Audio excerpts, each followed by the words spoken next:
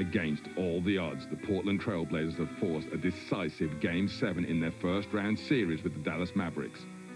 At 3-0 down, the Blazers were written off, but now they're on the verge of making NBA history in becoming the first ever team to come back from a 3-0 deficit.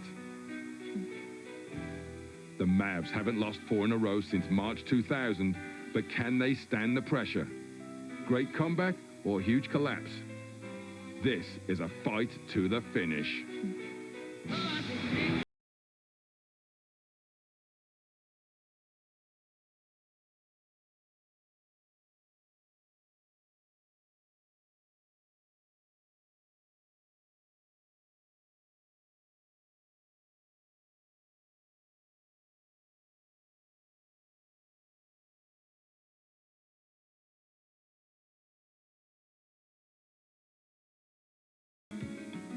We're in the Lone Star State for Game 7 of the first-round playoff series between the Dallas Mavericks and the Portland Trail Blazers.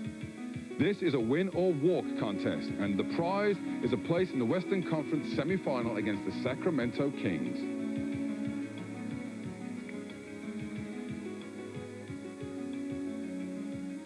What a game we have in store for you tonight. This is what the NBA playoffs are all about. Hello, I'm Martin Henlon, and I'm sitting in for Kevin Cadle, who's been in Birmingham this weekend for the British basketball finals. Joining me in the studio is Mike Taylor from the Essex Leopards. And Mike, of all the playoff matchups in the first round, this one has had the most twists and turns. This one's something special.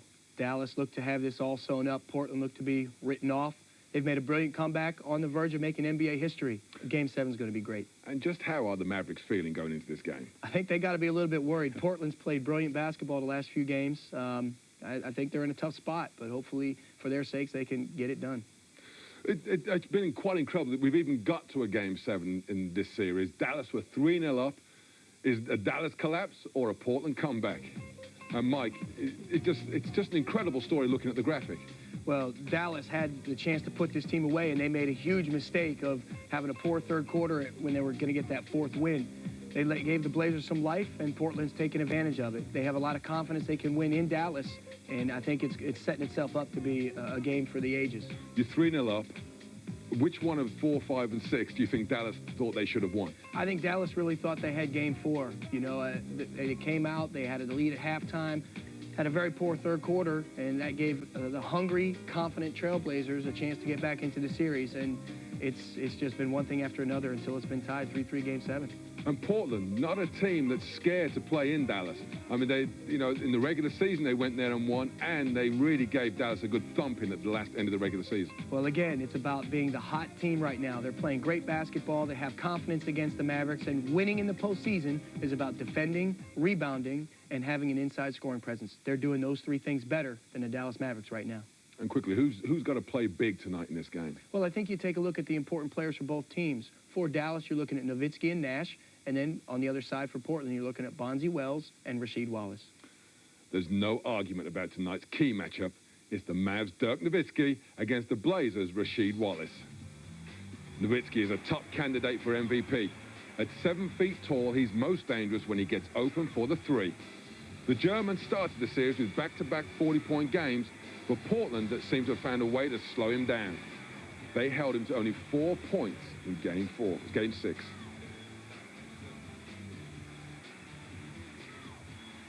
Rasheed Wallace is the man responsible for stopping Nowitzki. The power forward has had an up-and-down career. His problems with referees are well documented. However, when he wants to play, he's as dominant as they come. If Wallace is on song, then Dallas had better watch out. Despite only scoring 4 points last time out, Dirk is still putting up big numbers. Almost 30 points a game and an incredible 62% from behind the arc. Mike, what is Portland, and in particular Wallace, doing to stop Nowitzki? Well, after 2 brilliant games to open the series, I think the Blazers changed their game plan. They're really making Nowitzki work for his scores, taking away easy baskets, pushing him into places he doesn't like to have the ball. And it's a team game. It's not just Rasheed. It's the whole entire Blazers defense. Talk about Blazers defense, but Wallace is also putting up numbers on the offensive end, getting his 17 points, and possibly for the whole Portland team, is crashing the offensive glass. Well, clearly they're the more athletic team, and that's one of the weaknesses of Dallas. You have to rebound against them. You have to get those second shot opportunities. Wallace in particular does a great job at that, but also he's a tremendous versatile threat. He can score inside, he can score outside, and it's important that he has a big game for them today. Well, they've been smashed on the boards last time, and Dirk Nowitzki had no rebounds in the first game. They're just about ready to tip off in Dallas. It's Game 7 of the first-round series between the Mavericks and the Portland Trail Blazers. The winner goes on to face the Sacramento Kings in the conference semifinals. Let's head over to the stadium, join our commentary team.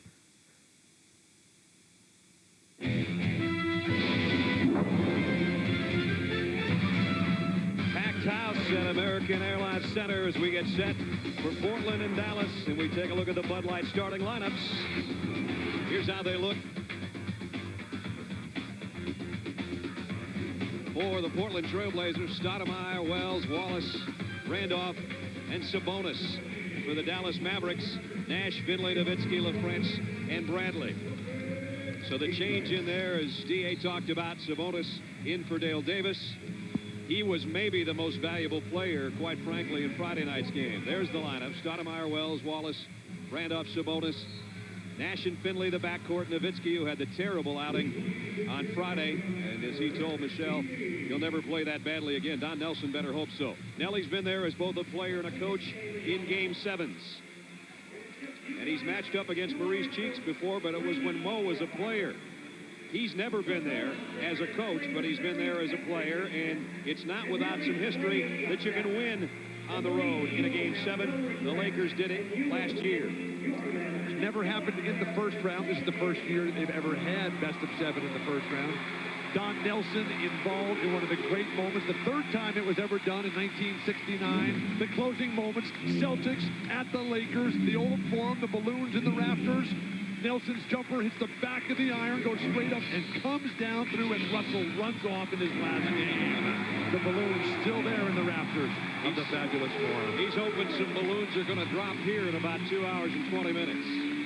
I think early on with Sabonis starting instead of Dale Davis, you got to involve Sabonis on the defensive end, whether it's break LaFrentz, pick and rolls. I mean, Sabonis has about as much lateral movement as a funny car.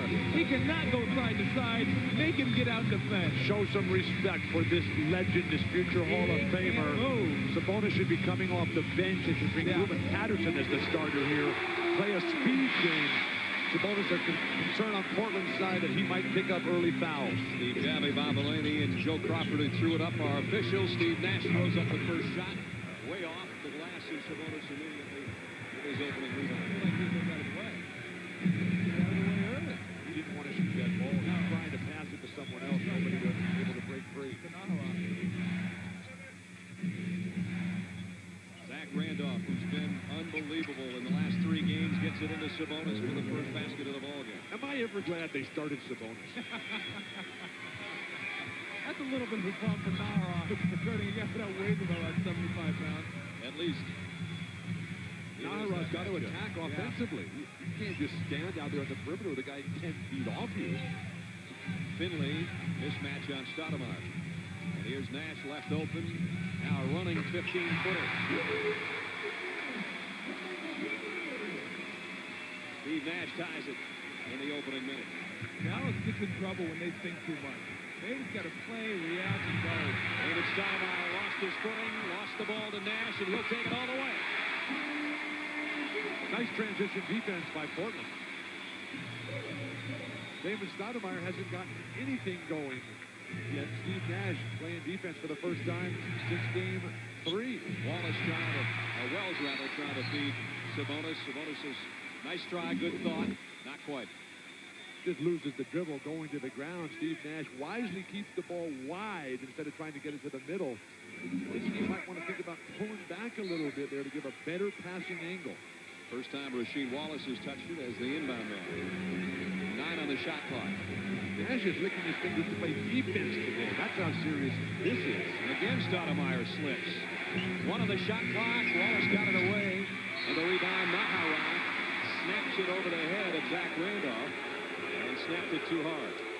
They're going to call the foul on Rafe LaFrentz, but trying to box out. Don Nelson cannot believe it. LaFrentz holding, grabbing The worst thing you want to do is be overly concerned with your man. The box out comes as a result of playing great team defense. Go get the ball instead of being concerned with blocking out.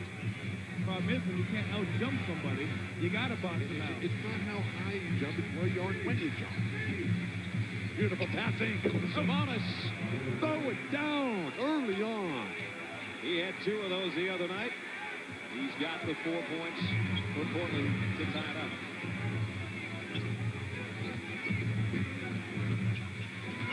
Nowitzki's first shot. Off the mark. Stoudemire quickly in transition. Nice feed to Wells, and Wells ran over Nowitzki, who held his ground. Under usual circumstances, you would think that a poor start for Bonzi Wells and Rasheed Wallace is a bad sign for Portland. That's no longer the case. This team is now about David Stoudemire, Sabonis, Zach Randolph, Scottie Pippen's leadership. Nash worked himself open for a jumper. 6 for Nash early. Well, if they're going to go into Sabonis on the other end, you got to make him work and take advantage of him on the defensive end because they don't have anybody that can guard him. And if I'm Portland, I'm going to Sabonis until they double team because he is a great passer. Randolph underneath. Randolph has had 3 big games in a row. Ties it at 6. Today I told him I wanted to see him have 4. 3-pointer no good. Finley keeps it alive. Trying to feed inside to Naharov. Threw it away. Why do you jump to pass?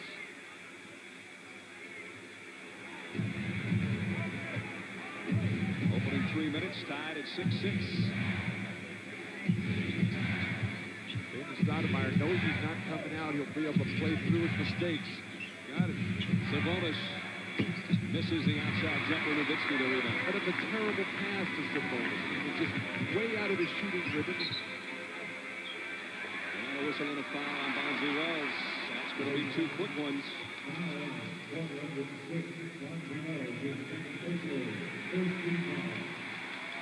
Well, that's one thing they do have. I mean, that's one thing the Trailblazers can do. They can compensate for foul trouble. They can compensate for injuries because they do have one of the deepest teams in the league. That brings Ruben Patterson in, and Ruben's coming off an excellent game the other night off the bench with 20 points on Friday night in the 125-103. Boom! Around to Finley. Fabulous strategy, Mavericks. Attack the guy who just comes into the game, who's still tucking his shirt in, still tying his drawstring, failing to prepare, preparing to fail. Mavericks by 2.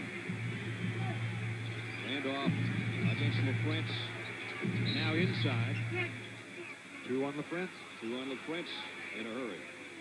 Who would have ever thought coming into this series that Zach Randolph would be torching Rafe LaFrentz?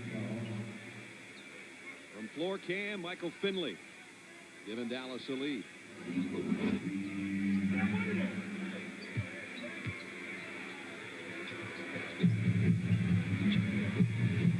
I'd come right at Rafe LaFrentz here. He's got 2 fouls. Dallas only played the 7th-man rotation. Rasheed Wallace by Nowitzki feeds Sabonis. Sabonis has 6 quick points for Portland. Sabonis is the epitome of competitive greatness. Being at your best when your best is needed. Keep milking him in every aspect of his game. Patterson knocked it away from Nowitzki from behind. Loose ball went to Naharov. Now tipped in by LaFrentz. It's one of those excuse me, let me run you over. Ruben Patterson has to get in there and rebound. There's no excuse for that for Portland. He's fouled on the baseline.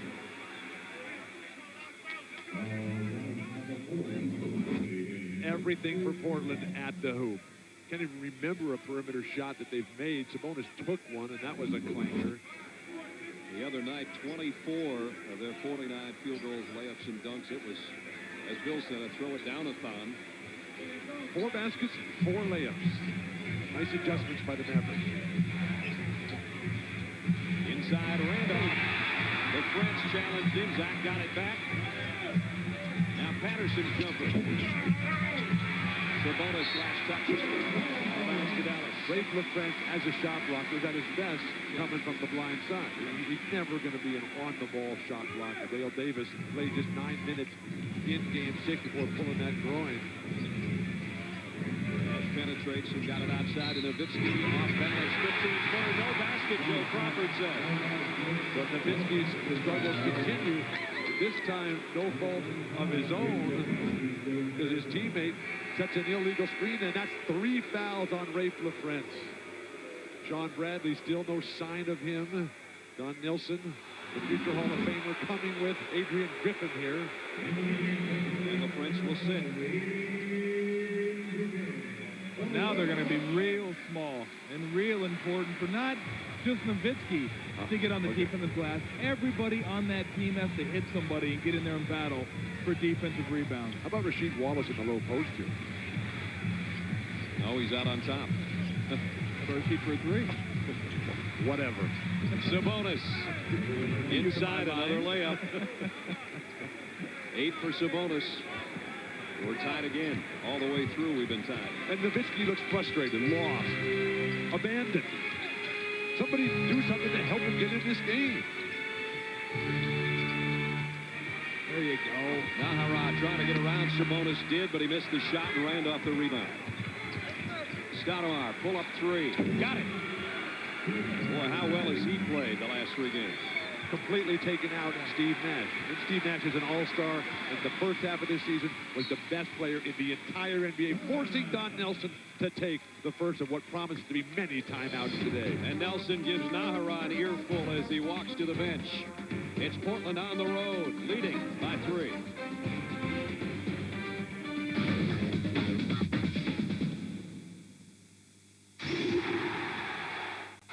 If you didn't buy a Premiership Plus season ticket, this is what you've missed.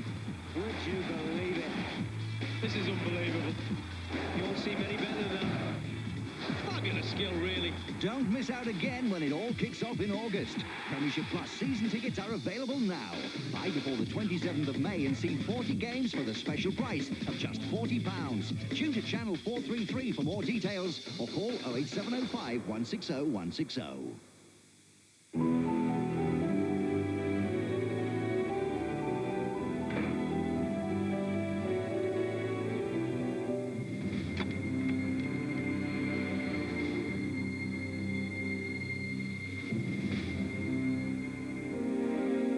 Visit the Carphone Warehouse and you'll not only get the choice of all the networks, but we'll give you live demonstrations of all the latest phones and features, helping you to get your perfect mobile.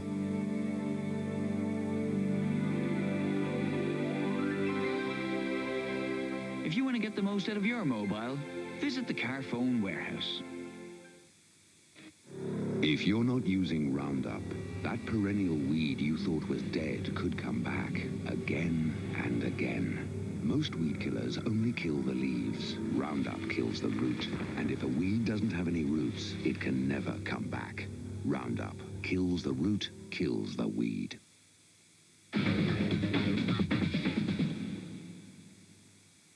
You're watching Game 7, Dallas at home to Portland Trail Blazers. Portland got an early lead, 13-10.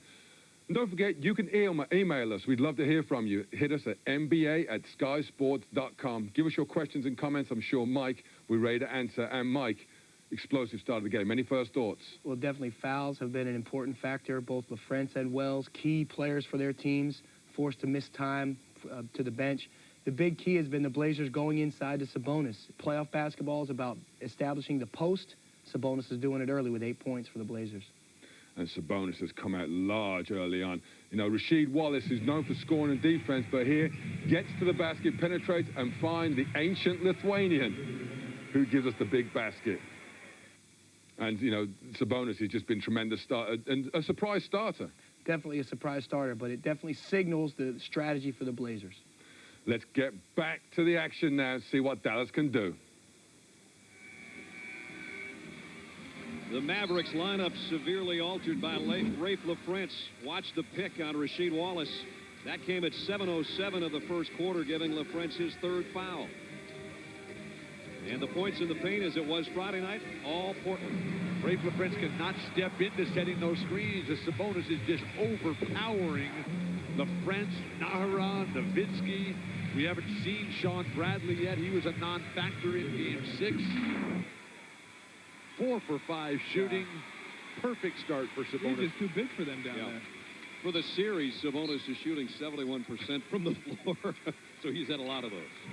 We'll see if they can make him work offensively. Get him involved. There you go. And now make him rotate, and somebody's going to end up being open. Finley for three. Got it. We talk about high field goal percentage. Wilt has the record for the season at 72% for the season. You can see what Portland's doing today, what they did on Friday night, and they've got another one. Wow. Keep attacking and keep trying to pick up fouls on Dallas. Bradley getting set to check in for his first appearance. Nash dishes out. Griffin takes the open jumper. Didn't get the roll. Rebound. Who's going to get it? Zach Randolph. He's getting whatever he wants. That guy's becoming a star. He took one too many steps. He's not that much of a star yet. Not quite. Oh, stars don't get calls like that, do they? Never. Of course not. Of course not. I would have gotten out of his way anyway. At 6'10", 260? Sean Bradley's You're first soft. appearance now for Absolutely. Dallas. Be a man. Take a charge. What I love about Zach Randolph's game is that here's a guy who is not cut up in terms of the incredible body that we see so many of the players have. He's not a guy that jumps over everyone. This guy's got a real basketball game. Finley waiting for somebody to come open. And 10 on the shot clock. Looks back door to Nash, and now Nowitzki. Rasheed Wallace, he got by him. Didn't get the bucket, though. Sabonis, multiple jumps. You rarely see that. And Ruben Patterson lost it out of bounds. Nice hands. It was there, though. And they're getting the rebounds. They're beating them up the court. They're the ones right now that are getting the easy shots. Dirk Nowitzki still not involved by any stretch of the imagination. 4 points is all on Friday, none so far this afternoon. Nash to try to tie it. Bradley the rebound. Blocked by Randolph from behind. Send it back. This is incredible. I think he roofed him, didn't he? When you roof a guy who's 7'6", you've got timing. Double burger, 2 patties. And timeout taken That's by Randy Portland. Stoklos and Mike Whitmarsh together.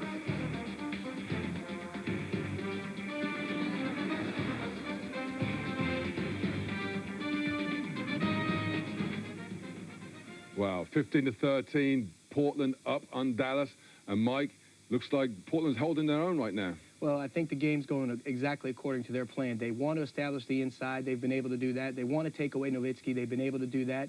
The game is going exactly the way the Portland Trail Blazers would like it right now. And, you know, early on, Nowitzki's struggling to get involved in the game. How is he struggling to even get a shot? Well, again, you got to give credit to the Blazers' team defense. Not only Rasheed Wallace, but the rest of the players. They're finding him in transition. They're beating screens. They're pushing him off the block. They're making it very difficult for Dirk Nowitzki to find plays and find space to get open for shots. And, of course, now, scoring, Michael Finley's made a big 3 so far as well. But the point guards as well. Stoudemire's made a basket, but turnover's a bit of a problem for Portland. Without question, you must take care of the basketball. But the key right now is the inside play. The Blazers are establishing the paint, and right now the Mavericks are really having a difficult time finding that inside presence. They're not built that way. Early foul trouble for Rafe LaFrance. And he's had been some of a disappointment so far in the playoffs.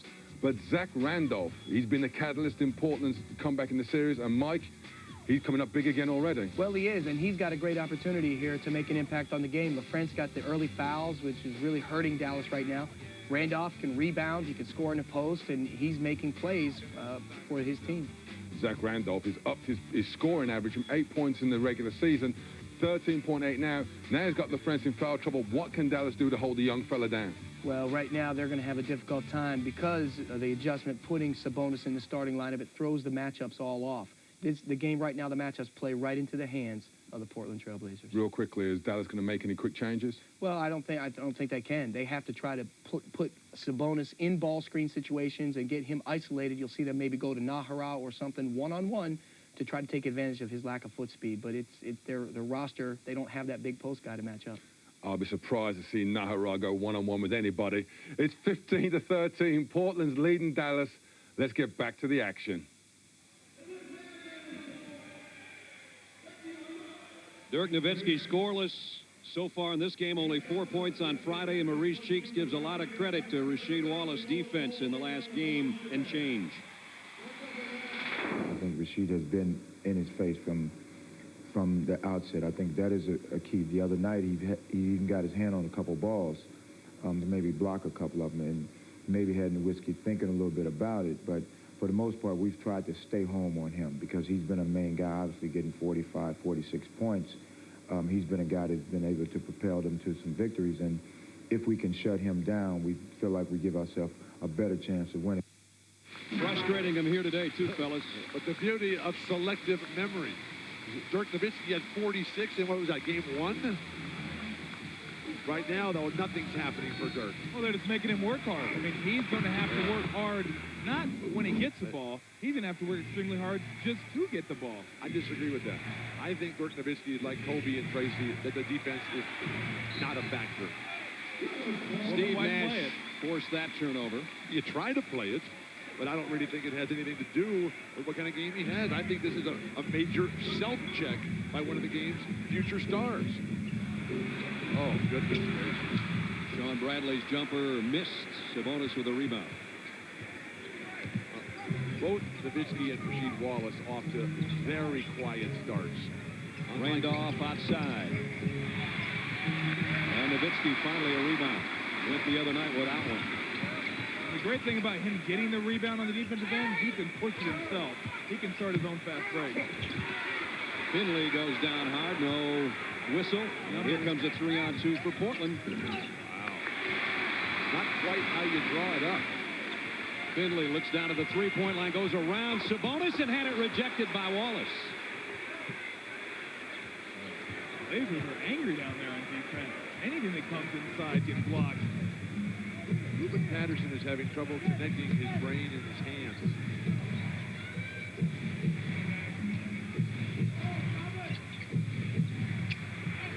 And he didn't there. That's the number. Connecting on the bucket. But it's the defense that starts this. Finley with a great pump fake around Sabonis, and then just too long. Goes up, blocks it. And what does that turn over to? Boom, right there. The foul and the score. And yet another dunk. Another layup. Ruben Patterson can't shoot from the perimeter. Why is Sean Bradley going for pump fakes on a shot that's not going to go down anyway? Portland stretched their lead to 4. Patterson can make it 5 if he caps the three-point play with a free throw.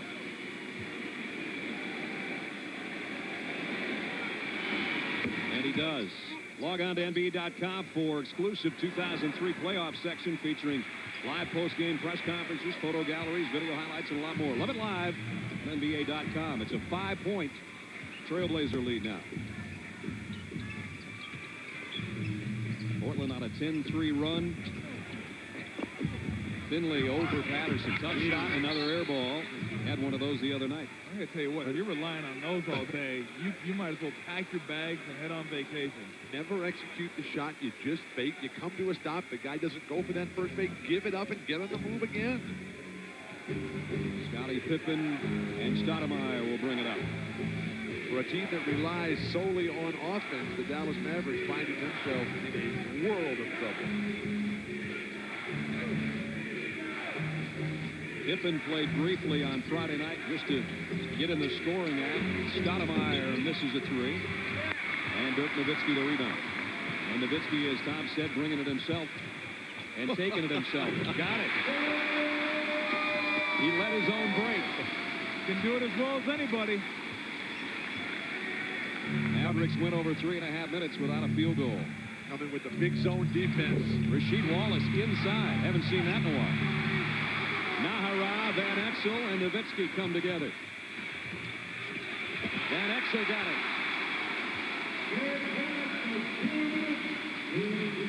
Well, 2 misses, 2 fast break opportunities. Oh, and the Thunder sticks are alive and well. As soon as Sabonis went to the bench, the Blazers team game vanished. Now the chance of defense around American Airlines Center. Portland looking a little disorganized right now. Here's Randolph off Patterson's feed. Zach Randolph quiets the crowd. against the zone, you have to attack at the foul line with a big man who can handle the ball and make decisions. Flash up Zach Randolph there. I want to keep him from going left, by the way. You would think. Van Exel now with Bradley, Nowitzki, Nahara, and Finley lost the handle, and Finley trying to get to Patterson, maybe got away with a push, gets it back. Whoa! Boy, that one's on Dirk. That one's on Dirk, because we could see it. Dirk was standing there at half court. Patterson, Zach Randolph just out-hustled him to the ball and ended up being a 2-on-1. Every possession, you have to get back. You watch Nowitzki right there, and he has a chance to get this, but no, it's Zach. Dirk wasn't even in the picture right there. That one possession right there, and just kind of walking in there. I mean, I know you're doing everything offensively, but it could come down to an offensive rebound, a mistake you made, you didn't hustle. That could be the reason your season ends. The concern I have for the Dallas Mavericks, I looked at their faces. We talked about this at the pregame show, Tom. They're not having any fun out there. I just see long faces, slouching shoulders. What if they win this game? They're supposed to go on and play in Sacramento, who is going to bring nothing but fun, who's going to bring nothing but excitement and the glorious celebration of the NBA playoffs.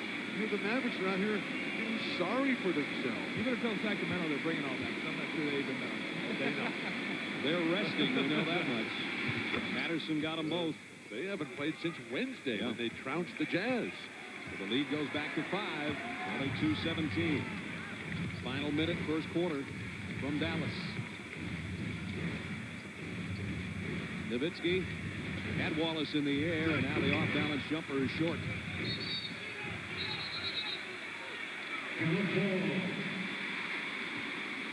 What defense by the Trailblazers? Yes, they've been going inside getting layups, but then on defensive end, more than half the shots have been hand-in-your-face variety shots, and those are not going to get it done. Steve Nash. Dallas works it around the perimeter. Now it's Van Exel. Offense it now. Clearing the way. John Bradley is having a very tough time here. Second foul on Bradley.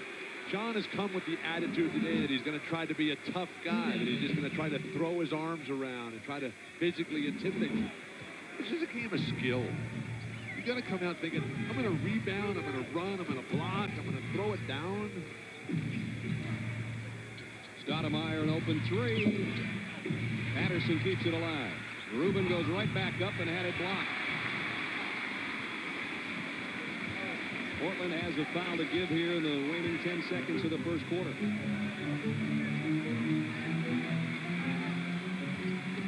And Exel all the way, and he got it off the glass. Blazers were late to communicate that information. The guys were already playing defense before they even had a chance to utilize that foul to give.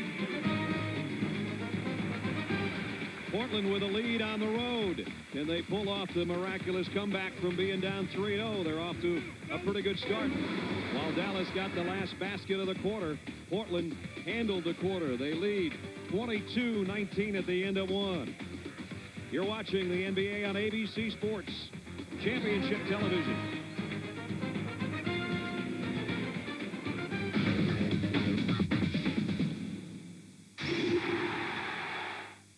Faster than a speeding dolphin. More powerful than a galloping horse. Able to leap tall trees in a single bound. You gotta show me how you do that. He may be an all-round animal attraction, but with urges like this... He made love to a mailbox. The mob want him locked in the zoo. Shoot to kill. From the makers of Juice Bigelow... Turning into an animal here. Rob Schneider. The Animal, Thursday at 10 on Sky Movies Max. If he can find the back of the net with this shot, the cup is there. What must be going through that young man's head, young man's head?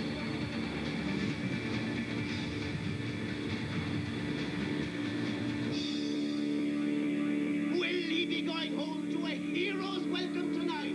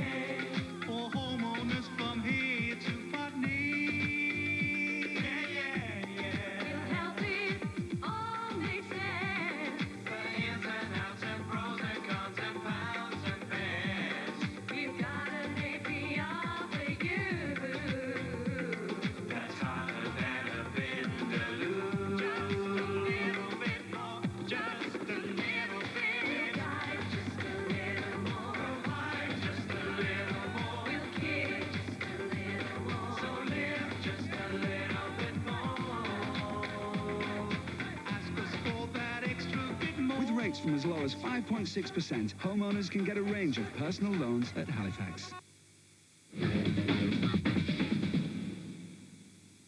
Incredible start to this game. The first quarter's over. Portland leading Dallas by 22 points to 19. And Mike, quickly, Portland's defensive intensity, can they keep it up? I think they have to. Right now, they're doing a great job of taking Nowitzki out of the game, making other people beat him. Right. It's time for us to get back to the action. Let's see if Dallas can pull it back.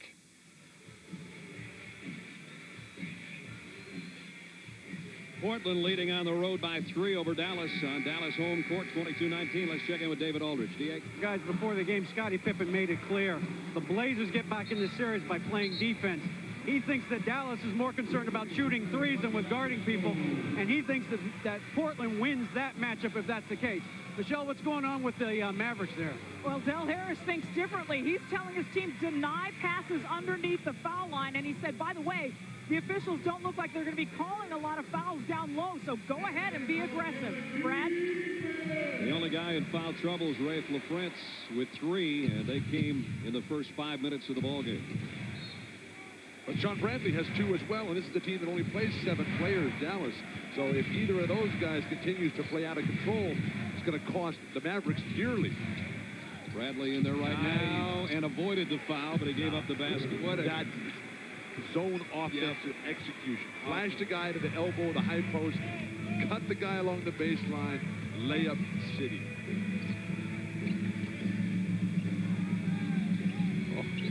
Van Exel gets it out to Finley for 3. The effort by Ruben Patterson on defense. And he chased down every single pass on that play. Well, everybody in red right now. Everybody in red is flying towards the ball. Even if they don't think they can get there, they're trying to get there with the hand up and trying to put some sort of defensive pressure on them. Wallace with Nowitzki in his face. Zach Randolph up and over, too strong on the jumper. You know, guys, even when they're missing, they're getting what they want. Right. They're getting exactly what they want. The Mavericks aren't getting what they want on the offensive end. Portland is leading by 5. Bonzi Wells and Rasheed Wallace have yet to score. Steve Nash double team. Nowitzki to Van Exel for 3. Nick drops in a triple. Van Exel, along with Nowitzki, are the only 2 guys on this team that can really play one-on-one basketball and control a game in the half-court set, which the Blazers are making Dallas play. Nowitzki with a steal in front of Rasheed Wallace.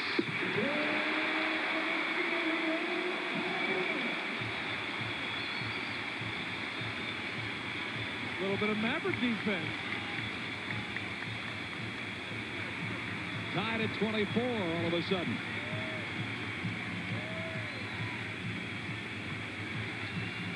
Patterson cross courts it to Stoudemire, who's open, and Damon Stoudemire quiets the crowd after we had our 7th tie. He knocks down his second 3 of the day.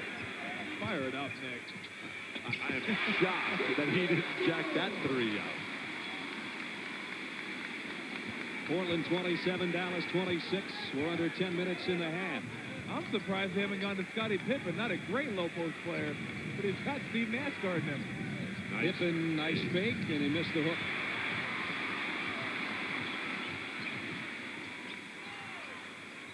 That pass snuck through to Van Exel, and he lost it going in the lane. And he lost it for a reason. Foul inside. Dirk Nowitzki up in the passing lanes. A la James Worthy, one of the great big game players in the history of the NBA playoffs. Rasheed Wallace wisely just lets him go. Easy baskets can often lead to a sense of relief. The lob to Bradley from Nash. Dallas leads with authority. I'll send you a check, Marv. I'm sorry.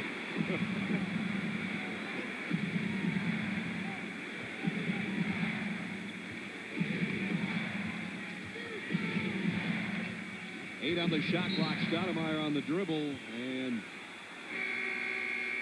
whistle and a foul inside. Points in the paint have been so one-sided that Mavericks trying desperately. Tough pass for Sean Bradley to handle. He's already moving beautifully to the hoop for a throwdown. Fortunately, the presence of mind and the requisite balance to come back and get the soft little jump hook. Foul was on Nick Van Exel for Dallas.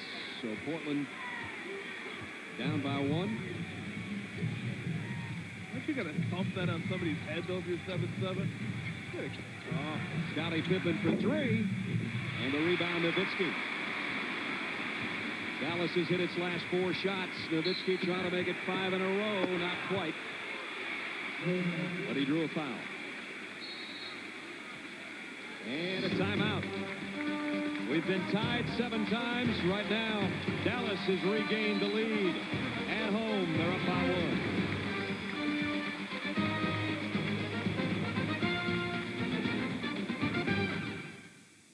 Well, Dallas got back in the head now. 28 points to 27. They lead Portland. And it's been a very exciting matchup so far. But let's take a break from this action. The MVP was announced today, and the honor has gone to Tim Duncan of the San Antonio Spurs. Duncan joins an elite list of 7 players who have won MVP awards in consecutive seasons.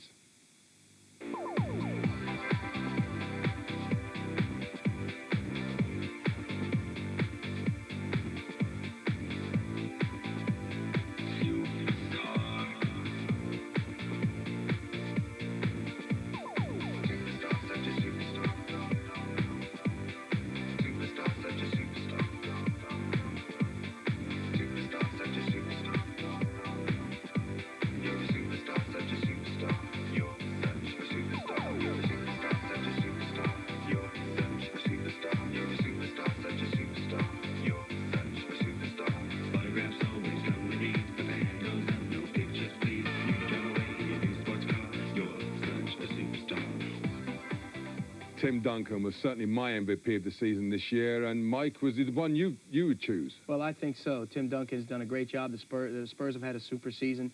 You look at Tim Duncan, Shaq calls him big fundamentals. He's skilled, he's smooth, he's got the complete package as a post player. Great year for Tim Duncan. Well, congratulations to Tim Duncan. He's been sensational today. Dirk Nowitzki was another candidate for MVP, and Mike, how's he started off today? Well, Dirk Nowitzki struggled today, but you got to give a lot of credit to the Trailblazers. Again, their team defense has done a great job making it hard on them. Make a few adjustments. The Mavericks are back in the game. Hopefully he can help their team to a strong finish. And the other person who's coming up big so far for Dallas, Nick Van Exel, 9 points early on. And, Mike, how big is his play? Nick Van Exel's been a sleeper. He's been the X factor for them. They went to a small lineup, which helped them get out in transition. And Nick Van Exel, while everybody's focused on Nash and Nowitzki, he's been able to get his shots, penetrate, make plays. He's brought energy to the lineup for the Mavericks. And the smaller lineup, which has been a problem for Dallas, has been rebounding. Are they holding their own today? Well, I think you see the Mavericks went to a zone. They changed their defenses, went to that zone, and with the smaller lineup, they forced the Blazers, instead of going inside, to shoot from the outside, and that helped them. Sabonis has come up big. I've played against him a few times, and he beat the living daylights out of me.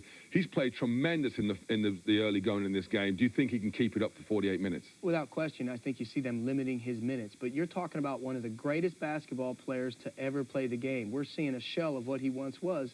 It's amazing that he's still effective at his age and where he's at. He's a brilliant basketball player. It's unfortunate we couldn't see him, possibly when you played against him, Martin. Well, I pull for the older guys. Sabonis, renowned not only for his scoring, but a sensational passer of the basketball. When he gets back on the court, you watch he can do. Back over to the game now. Dallas up 28-27.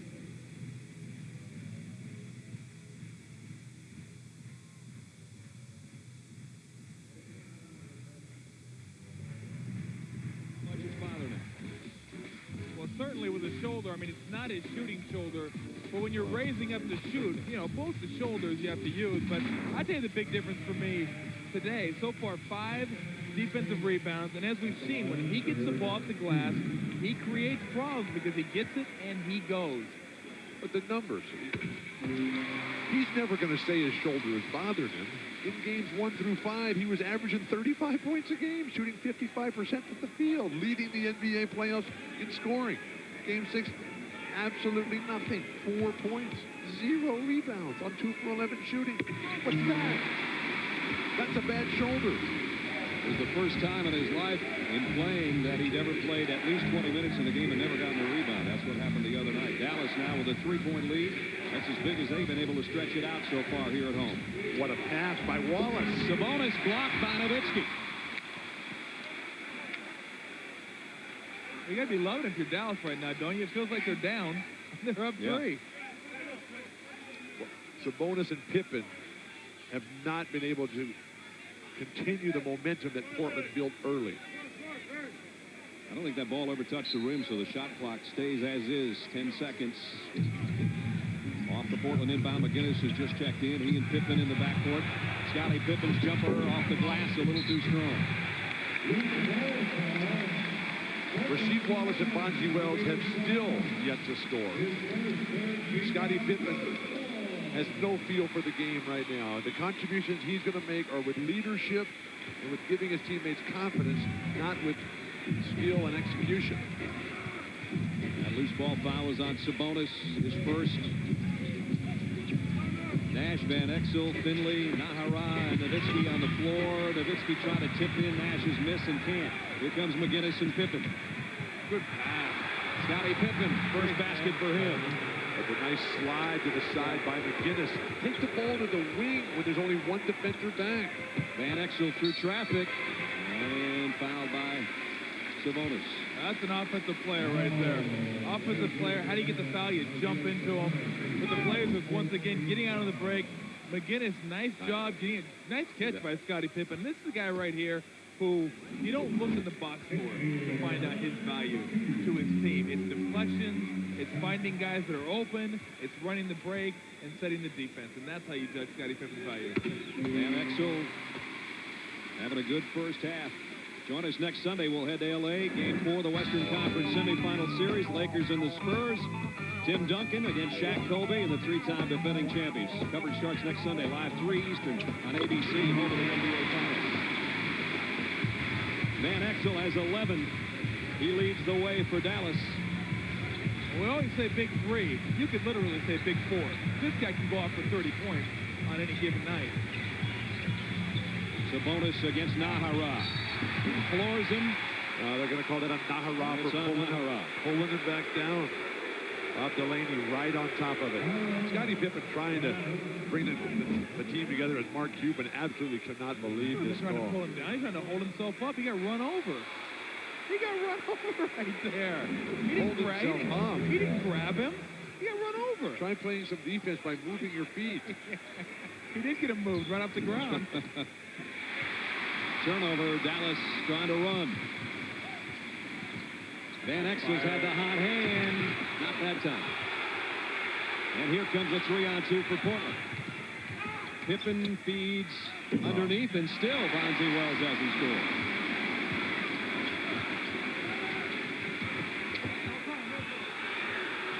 Nowitzki battling for the shot. This is a Maverick pace. Getting up and down, crazy, wild. This is the way they want to play. And finally, we're getting a sense from the crowd that they believe, and Bonzi Wells continues to be atrocious.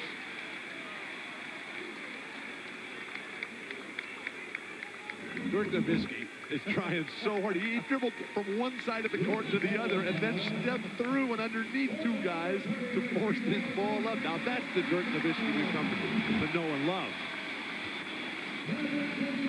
Mavericks with the ball. Rasheed Wallace picked up his second foul, and Nahara now will step to the free throw line. 7:03 left in the half. To watch Joe Crawford work a big game as a ref is a thing of beauty. No nonsense. Doesn't want to hear it from anybody. Keep the game flowing. What a perfect choice as the lead referee today, Joe Crawford. Wallace will sit down, and Portland will have to go to its bench, bringing in Antonio Daniels.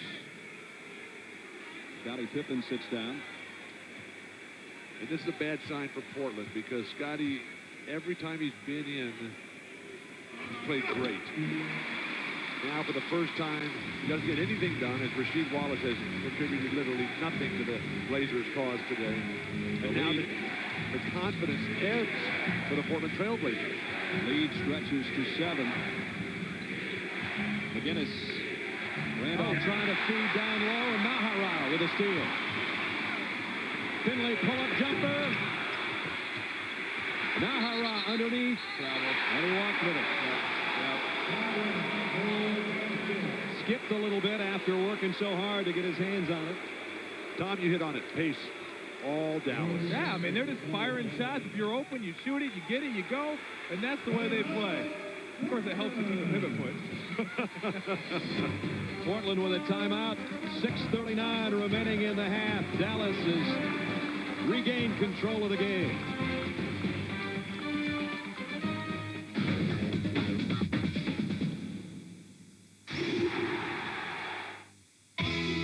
Super League.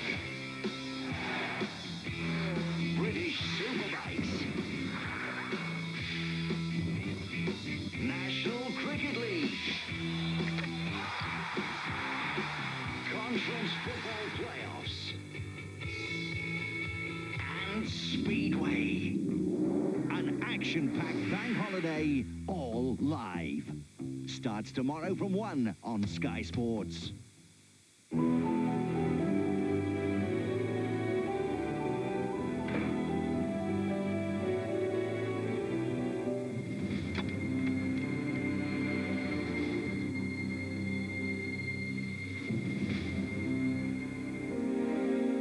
Visit the Carphone Warehouse, and you'll not only get the choice of all the networks, but we'll give you live demonstrations of all the latest phones and features, helping you to get your perfect mobile.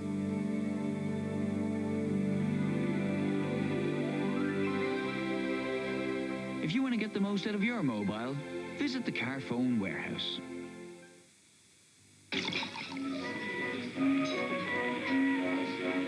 In a real Italian pizzeria, the pizza has rich toppings and a crispy, thin base. And that's exactly how Pizza Ristoranti is. Wherever you are, Ristoranti, the pizzeria taste.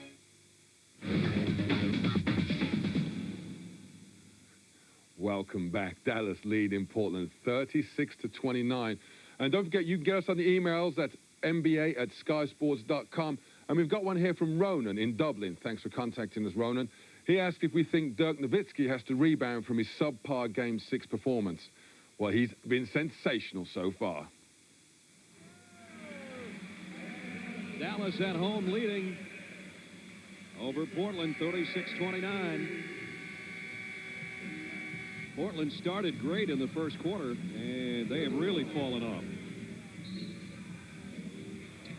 Well, the Mavericks have stepped it up defensively. They've stepped it up defensively. I'll tell you what happens, too. You get into a game like the Mavericks want to get you in right now, and you start taking quicker shots than maybe you would like, even though they're wide-open shots. And it's all about tempo right now. Steve Nash coming off some of the most horrendous performances of his great career. A regular all-star now. Steve Nash has really not been there even today. It's been Nick Van Exel. Check in with Michelle. Well, before the game, John Nelson told me we are not going to win the rebounding battle, but just now in the huddle, patting guys on the knee, giving them the thumbs up because they are leading it by 1. Guys? They got hammered on the boards on Friday. They do have a 16-15 advantage up to this point. Sabonis hits it off the glass. Arvidas has 10.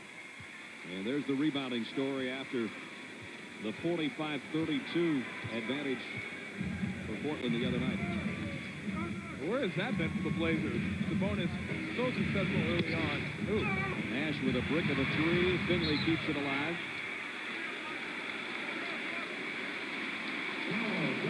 Sabonis is tipping the ball so beautifully on the defensive boards. The guy who can't jump anymore.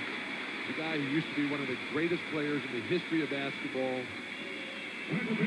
One of the two truly great young players that I ever saw, the other one being Kareem Abdul-Jabbar, who was just a phenomenal player, Sabonis, in his teens. The injuries decimating a once magnificent body. Now he has to use his mind. And while he's out there giving everything he possibly can, Bonzi Wells has 3 fouls in 7 minutes played for the Portland Trail Blazers. Dave Bonzi Wells, who had a Blazer career playoff high of 45 points earlier in this series, not playing like that today. No points and 3 fouls. The Blazers' spacing is very poor right now. And Dirk Nowitzki is overplaying Rasheed Wallace, and Rasheed is allowing him to do it. Daniels and McGinnis, the backcourt for Portland now. 5 on the shot clock. Daniels got by Nowitzki, but he missed the shot. Here's the outlet to Van Exel. Van Exel off the glass. 13 for Nick Van Exel. What a great outlet pass. And that ball stayed in his hands a nanosecond before he got it out to Nick Van Exel. Good job by Dirk. 40-31. Dallas, its biggest lead of 9. Sabonis taking a baseline jumper and knocks it in. Blazers better start paying attention to Nick Van Exel. Oh, the fly pattern. And Nahara looks like fly paper down at the baseline. Referees are going to talk this one over. See, this is a flagrant foul here. Playing with a bad knee. Nahara, you hate to see fouls from behind on a fast break. Well, Sabonis just can't catch up to him. And Daniels has to get over there and take him out to avoid giving up the easy layup. How about any foul from behind being a flagrant foul on a fast break? Because you can go for the ball. Well, Michael Cooper could go from that. No, you can go for the ball from behind. I mean, all you can do is watch it. Just watch it, have a little bit of common sense, and you'll know when a guy goes for the ball or isn't going for the ball. It's not that hard. Nahara at the free throw line, 2 for 2 today. He shot well from the line in the playoffs, much better in the playoffs than he was in the regular season. Don Nelson talking about Edward Nahara before the game today, talking about the limitations that Nahara has on his body because of the knee injury that required surgery, kept him out for major portions of this season. He just doesn't really have the speed, the quickness, the elevation, making up for it with a lot of heart, though. He missed 33 games with that knee surgery. He hits both free throws, and with 5 minutes left in the half, 42-33 Dallas. Sabonis, boy, that's a tough catch. He got it back out to Stoudemire, and he hits the 3. Stoudemire has 3 field goals, all from outside the arc. What a feel for the game that guy has. Where would the Blazers be without Arvydas Sabonis? He has been so far and away their best player in every aspect. They wouldn't be here today because Friday he was the MVP as far as I was concerned. I'm right there with you, Brad. And his sense of pulling this squad together. So glad they started him. Nahara going against the big fella. Will bring it back outside of Van Exel. 6 on the shot clock. Finley over Sabonis off the glass, but missed the shot. And Nahara is going to get the foul. He just levels Zach Randolph. You want to pick your spots for fouls, particularly since Rafe LaFrentz only played 5 minutes before picking up 3. Sean Bradley's got 2. Yeah, well, 2 straight times down the court. I mean, they got to continue to involve Sabonis just because he can do, he showed you, he can make buckets. That's horrible. That's good shot selection. Yeah, I mean, let Sabonis touch the ball so he can either create or pass it to somebody. Now Nash to 3 on the other end, and he missed it as well, and Sabonis with a rebound. Oh, and what an outlet. Daniels playing one off the front of the iron. Nice. Nahara blocks Stoudemire. Outlet to Van Exel. The poor guy can't even move. He wanted to. No, forget it. I'll let him come to me. How many minutes is Sabonis going to have to play if the Blazers are going to have a chance to win this game? Zach Randolph outside Stoudemire. Can he make it 4 threes? Not this time. Finley. Nice rebound by Michael Finley. 42-36. Dallas, 3.5 to go in the half. At home, trying to win Game 7 to advance to round 2. Maurice Chiefs coming back with Scottie Pippen on the next dead ball here, trying to settle this squad down. Very fragile right now. Nahara trying to reverse layup. Sabonis blocked it and almost handled it. Let's see, did the shot clock expire before the ball went out of bounds? I think so.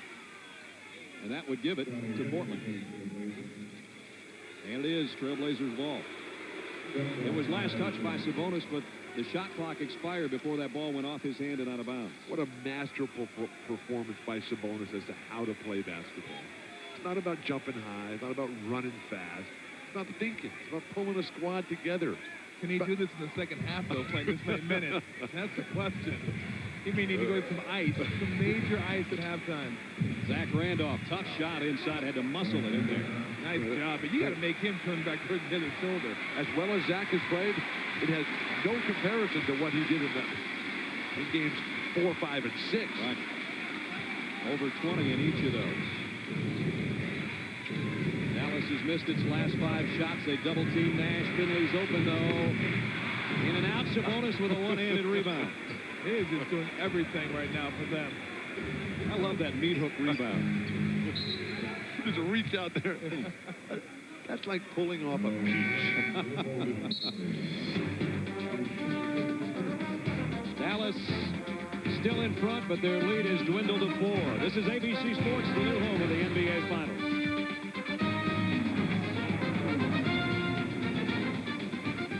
Wow, this game just seems that it just won't die on us, will it? Dallas leading Portland 42-38. And Mike, you know, Dallas looked to be taking control for a while there. No team's going to run away. This is Game 7, do or die. They've played 82 games, blood, sweat, and tears on the line. It's going to be a battle for a full 48 minutes. The star so far for Dallas on offense has been Nick Van Exel. Mike, he's just been a genius with the ball on offense. Well, everybody's so focused on Nowitzki and Nash that it gives him opportunity to get his shots. And you see him knock down a perimeter 3. Then you're going to see him get an opportunity to use his dribble here, getting out in transition, beat people, get into the lane. And he's done it for his entire career, finishing tough shots, providing his team a spark. He's a great scorer, and when he gets to the basket, he causes so many troubles because he's so unorthodox.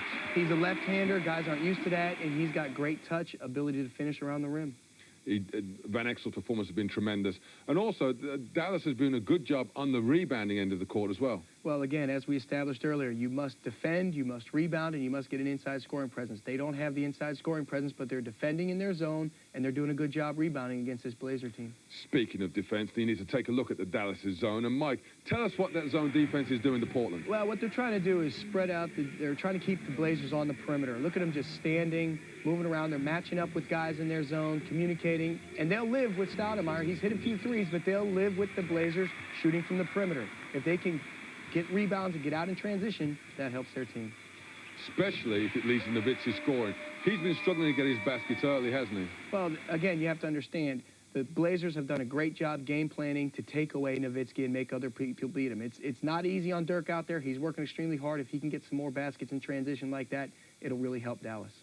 So the role players are stepping up and coming up big for him today. Oh, they sure are, in more ways than just scoring points. Again, you have Nahara bringing energy, Van Exel coming off the bench doing things. Their versatility, they're making some adjustments. Dallas has made some nice coaching adjustments to help them get this lead. And the question's got to be, where is Bonzi Wells? Well, again, LaFrentz, Bonzi Wells, they hurt their team by getting in foul trouble. Sometimes you're so excited about the big game of Game 7, you come out and make a dumb play, make a stupid foul. They need those guys for the second half. Well, I'm still overawed by Sabonis. I'm still pulling for the old guys out there. But, I mean, Saba's showing not only scoring, passing, but rebounding and block shots, physical presence as much as anything else. Mavericks have no answer for Sabonis down low, and they see that. Again, the tough part is they have to limit his minutes for him to be effective in the fourth quarter. Well, we'll see if Sabonis can keep going. It's 42-38, Dallas lead. Let's get back to the action.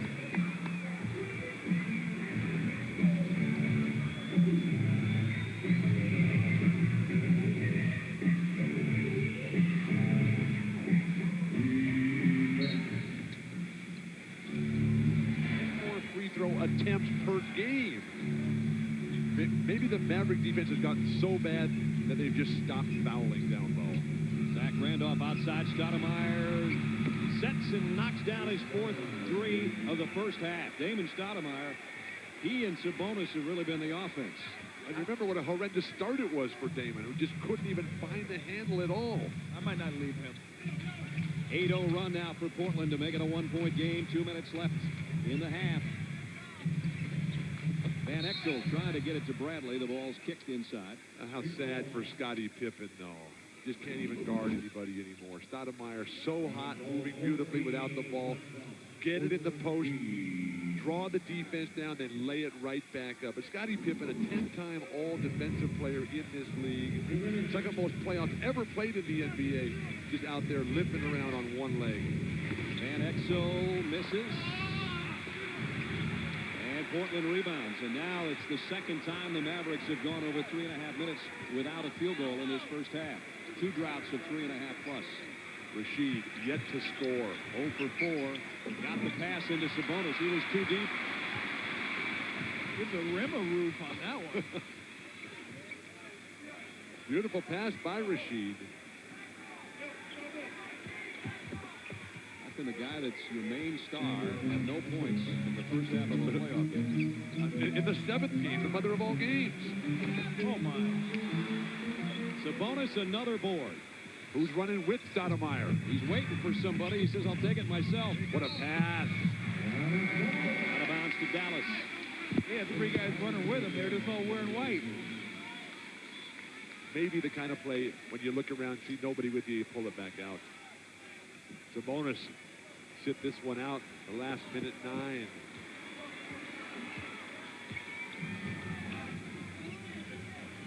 Dallas lead has been as many as 9, but now it's been cut down to 1. If Scottie Pippen doesn't have a better second half, the Blazers are not going to win this game. Nash reverse layup with a left hand. There's that left hand he talked to us about, Bill, the other night. It's been so productive for him since 10th grade. Learned how to do it when he had a severe ankle sprain on his left side, which is the main jumping leg for a right-handed player, back in beautiful Victoria, British Columbia. Sean Bradley picks up his 3rd. And that's 3 on LaFrentz, 3 on Bradley now. Let's check in with David. One of the main things that the Blazers talked about before the game was playing with poise on the road, because they said they know that this game could be officiated very tightly. One of the things on the blackboard, play under body control defensively. Do not get in early foul trouble. Everybody but Bonzi seems to have picked that up. Bonzi's on the bench with 3. Bonzi's had a fine day. Like, Bonzi's got 3 fouls and 0 points. Rashid's got 0 points. How many rebounds? And they're only down 2. How many rebounds for Bonzi and Rashid? Well, you look at that. A lot of goose eggs up there. They got more fouls than points and rebounds. Way to bring it. Still one more half of basketball. And they're over on the sideline smiling about it. Well, that's because their team's only down 1. Could be a lot worse. Pippen the rebound off and Nowitzki missed. In fact, Portland can lead before halftime, depending on what goes on here in the final 20 seconds. Either team with a foul to give.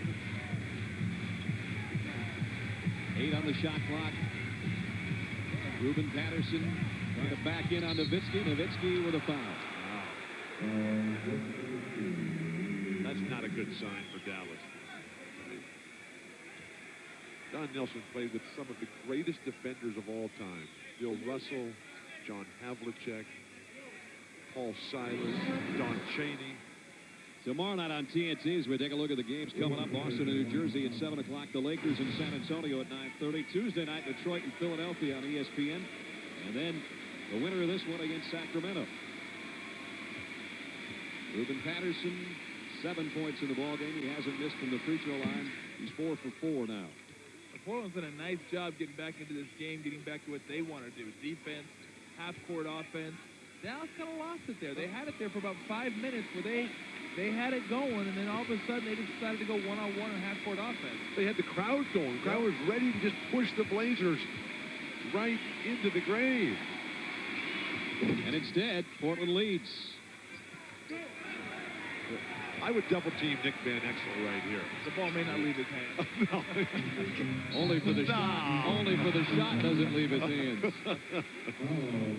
And he's going to go to the free throw line. I mean, what? If you're Portland defending here, you want Edward Nahara to take any shot in the world other than what Nick Van Exel is going to get up here. You can see that coming across the big horse's head in half court. This is my shot. Move away, fellas. Leading scorer for Dallas with 13. Now 14.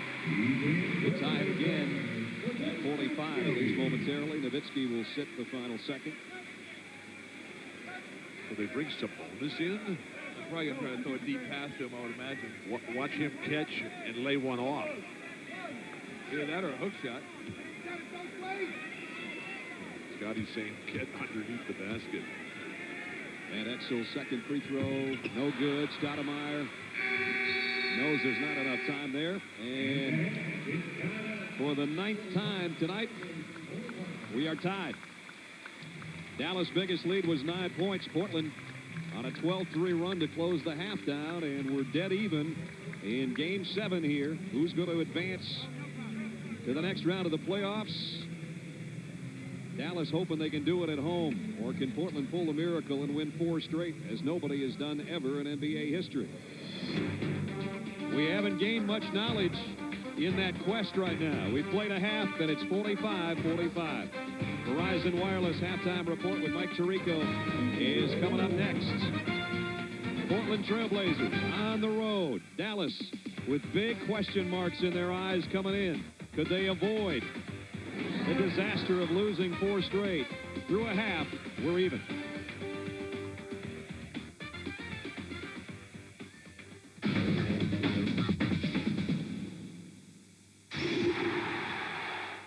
This is no ordinary enemy. People disappear out here. Happens all the time. What are we talking about here? Wolves? Not entirely wolf, nor all human, but something in between. It's true. Wolf men. I laugh, right? Paper said it was a monster like the priest of Bodmin Moor. Claimed it was an escaped lunatic. Every year, more and more people come through here. Every once in a while, they don't come back. No trace, no bodies. They don't come back. Just disappear. Forget about him. Just disappear. Dark Soldiers, now showing on Skybox Eyes.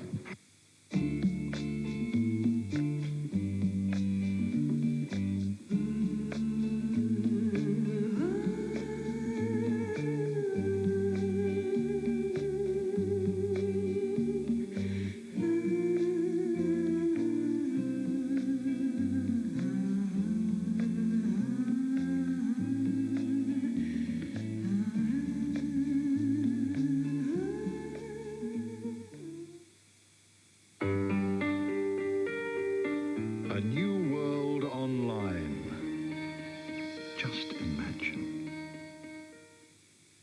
It's your 21st birthday, son, and we all chipped in together and bought you this.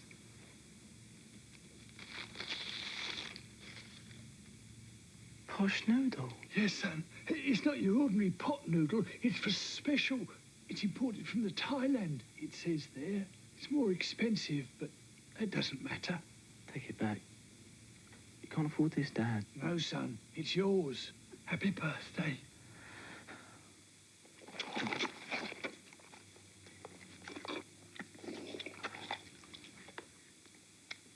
What? New posh noodle, not for the likes of you.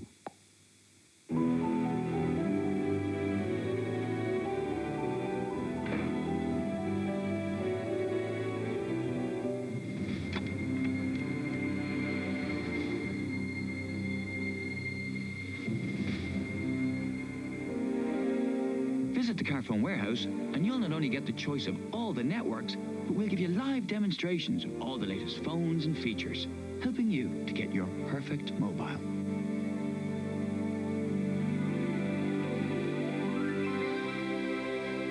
If you want to get the most out of your mobile, visit the Carphone Warehouse.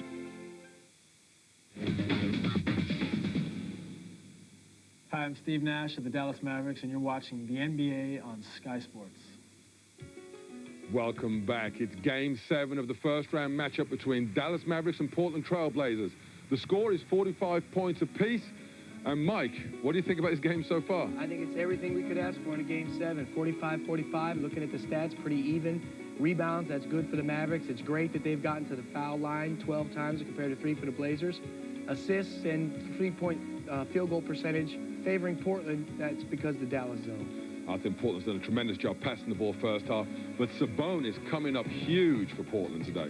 Well, again, they have no answer for him inside. He's rebounded, he's scored. The big guy can still play, and they have to limit his minutes so he's effective down the fourth quarter. It's fair to say that Sabonis is considerably bigger than Sean Bradley, and, you know, that's the whole problem for them. There's no answer for him, but there's other players that stepped up. Nick Van Exel. Nick Van Exel's done a great job. He's a guy that's either going to really help you or really hurt you. And right now, he's really helped his team. Help is the word indeed. But let's take a break from the West for a moment and bring you bang up to date with what's been happening in the Eastern Conference. starting with last season's finalists.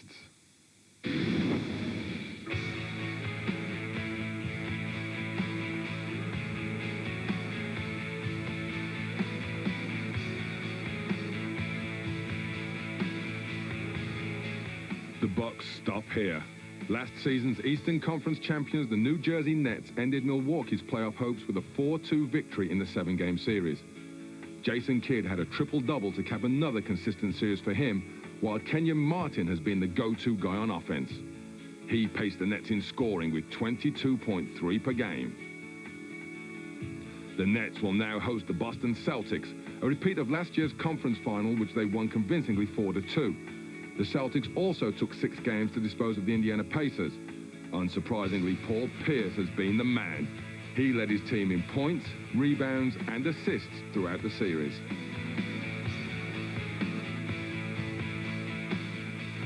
The Philadelphia 76ers progressed past the New Orleans Hornets in 6 games, largely due to outstanding performances from Allen Iverson. AI scored a career playoff-high 55 points in Game 1 and finished off the Hornets with 45 in Game 6. If Iverson can keep on scoring, the Sixers shouldn't have a problem. However, coach Larry Brown will be concerned that he has no legitimate second scorer. Van Horn is next best, averaging only 13 points per game. The Sixers have had a few days rest, while Detroit and Orlando have been battling all the way to 7 games. Tracy McGrady took center stage early in the series as the Magic jumped out to a 3-1 lead before the Pistons clawed their way back into it. Ben Wallace has posted 4 double-doubles, and in Game 6, Chauncey Billups had the game of his life, scoring a career-high 40 points to take it to a Game 7. And it was Billups who did the business again for Detroit with 37 points to lead them to a 108-93 victory in Game 7. So the Pistons go through to meet the Philadelphia 76ers in the Eastern Conference semifinal. And Mike, unbelievable. Detroit have achieved what Portland's almost trying to achieve, 3-1 down, and they come back and win 4-3. Again, they do certain things extremely well. They defend, they rebound, they're a physical team.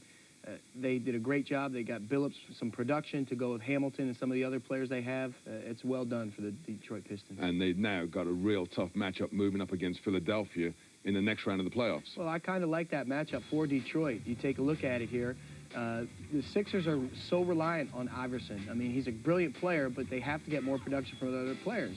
Detroit defends and rebounds extremely well. That leads me to believe they have a great chance to beat them. And, of course, now you look at the other one, Boston, New Jersey, a rematch of last season's conference final. A rematch of last season, definitely. New Jersey has to be the favorite in the East, in my opinion, right now. That's going to be a great series right now. I think Pierce is playing great, and McCarty knows guys. It should be tough, but I would favor New Jersey there as well. One thing about New Jersey, Dikembe Mutombo, who was the big off-season signing, not playing at all in the first round of the playoffs. And, Mike, why have they brought the big fella in there if they're not going to use him? Well, he wasn't healthy all season, and their team developed a chemistry and a rhythm without him. I think that he could become a factor in situational play, but again, their rhythm, they have the same nucleus, the same core of last year, so they're sticking with their guns they have. Well, that's what's been happening in the East. Let's take a look what's been happening in the Western side of the draw.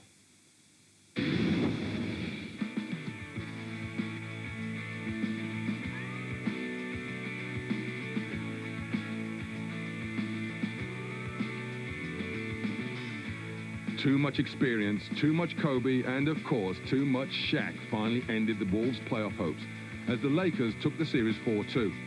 The 3-time defending champs are starting to look the part again. The Big Two dominated the series, with Kobe averaging 31.8 points and Shaq just behind him on 28.7. The Lakers now face the San Antonio Spurs, who they've eliminated from the playoffs the last 2 seasons, winning 8 out of 9 games. However, the Spurs own the Lakers this season. They've swept all 4 games. San Antonio had more trouble than they expected from Phoenix in the first round, but their superstar Tim Duncan delivered. The reigning MVP had his second career triple-double in Game 6 to put the Spurs into the semi-finals.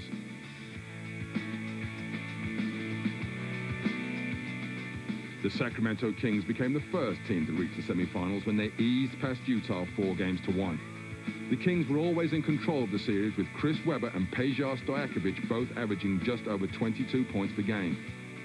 In Game 5, Sacramento crushed the Jazz 111-91. The game will be remembered for the ovation John Stockton and Karl Malone received in what is probably their final ever appearance after 18 years together at the Jazz. The Kings can now put their feet up knowing that their opponents will be coming off the back of a tough 7-game series. And the winner of that Game 7 is far from being decided. We're all tied at halftime between Dallas and Portland, 45-45. But as we look at the Western draw, Mike, you know, LA got to be pleased to play against San Antonio. Are they scared of the Lakers? Well, I think that San Antonio is really the hot team right now. And this time of the season, it's a situation that the hot team usually wins. So I think that from my standpoint, San Antonio has a great opportunity to do what Minnesota could not do, and that's beat the defending champs. Well, Shaq was talking about making history, which we can all presume is to being a lower-seeded team and going through to the championship. The Lakers are starting to get on a bit of a roll. Do you think they're doing what they're supposed to do to get there? Well, they started off slow against Minnesota. They've gotten themselves a little bit of momentum, so they seem to be finding their rhythm. But again, I like the team that's been consistent over the entire season, and I like the depth of the Spurs. I like their bench and players better at this point than the Lakers. And more relevant to tonight's game, Sacramento. How much of an advantage is the extra rest that they're going to get? Tremendous advantage. I think also, aside from being hot, rest is important this time of the season. Right now, this Game 7 is going to be tough. They're going to be worn down. It gives Sacramento an opportunity to get off to a great start in this series.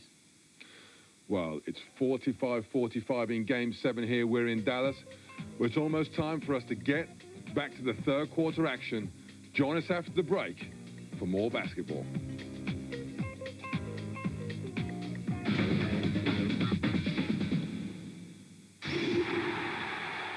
The playoffs.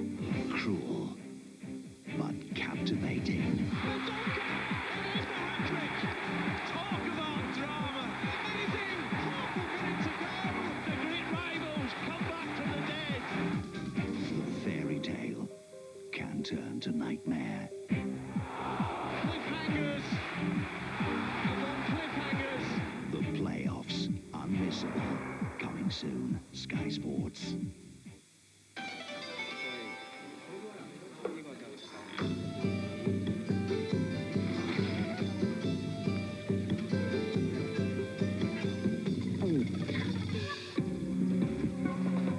For an extra. Huh? You eat my noodles? If you want to get close, get fresh with Wrigley's Extra. Basically, it grabbed me and took hold of me. Cancer spreads and it develops fast. My lung was infested with a tumour. I was told that it was malignant. I have had to have a major operation and they have taken the lung away. And this is all due to smoking. That white little stick that you put in your mouth. And at 34, you're thinking, oh, I shouldn't be going through this. If you want to stop smoking, call 0800 169 0169.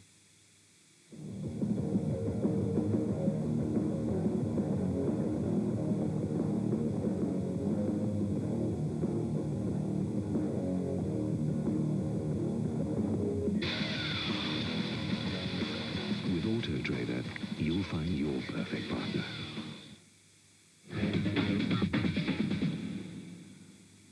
We're enjoying a great deciding Game 7 in the first round series between the Portland Trail Blazers and the Dallas Mavericks. They're all tied at 45 apiece. But before we get back to the action in Dallas, let's take a look at some of the other great sporting events that are coming up here on Sky Sports over the next 7 days.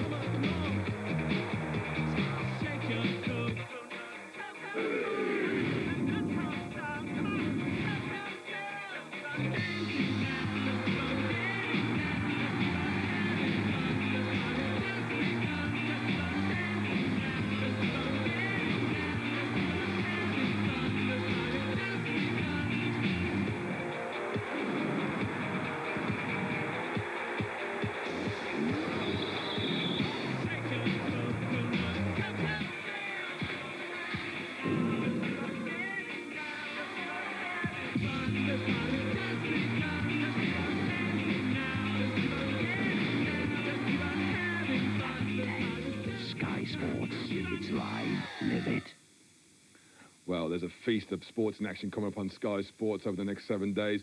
But we're not finished here. This has got all the makings of a great one. It's time for us to get back to our commentators over in Dallas. Always savor it, because there isn't many. So I've been in the finals since '86. Isn't that amazing?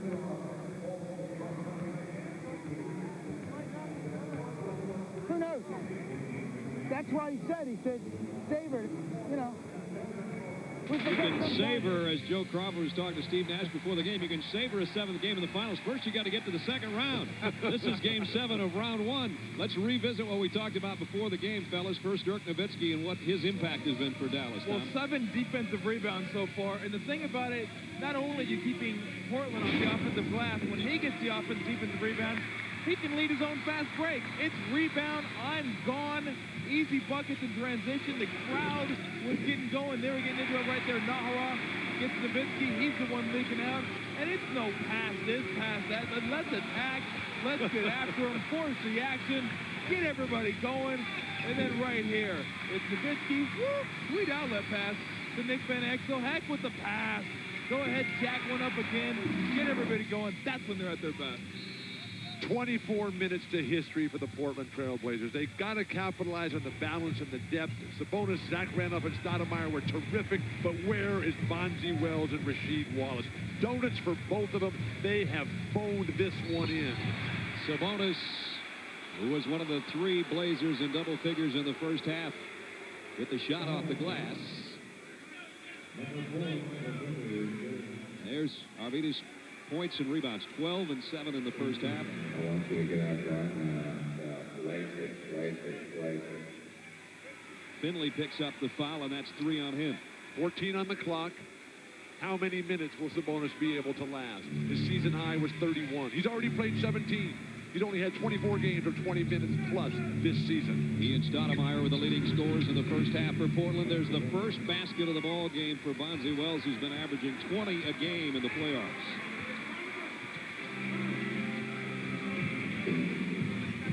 Steve Nash inside the kick out. LaFrance on the baseline, and he buries it. Well, that's what he can do against Arvidas Sabonis. And Steve Nash only 8 points in the first half, but more alarming, only 2 assists. This guy, you look at the assists, and can he get his teammates involved? Doing it early in the second half. If you're going to win, you have to deny guard penetration. Wallace a non-factor in the first half. And he and Bonzi Wells now each with a basket in the opening minute here of the third quarter. Well, the 3 guys who stunk it up in the first half, LaFrance, Wells, and Rasheed Wallace, come out been flawless here. Great drive to the basket by Nash. Steve Nash with 10. Somebody might want to tell David Stoudemire to keep Nash in front of him. He may have tried. Nash is a pretty hard guy to keep in front of you. Sabonis off the pass from Wallace. That has to be, you know, when you like throw it to Kobe, you can throw it anywhere. When you throw it to Sabonis, it better be a perfect pass. Nice. Nahara in the paint, trying to tie it again. Zach Randolph with a rebound. Do you have any idea, Tom, how good Sabonis once was? Absolutely. He's a great athlete. He's been pretty darn good in the last 2 games, I'll tell you that. Here he is outside. Rebound Finley.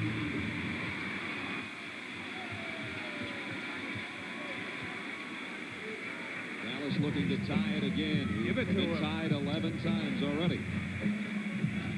Finley. And stripped out of there by Wells. Damon Stoudemire trying to save it. Couldn't quite. Great hustle by Stoudemire. Full extension. It's the playoffs, game 7. Give me that one.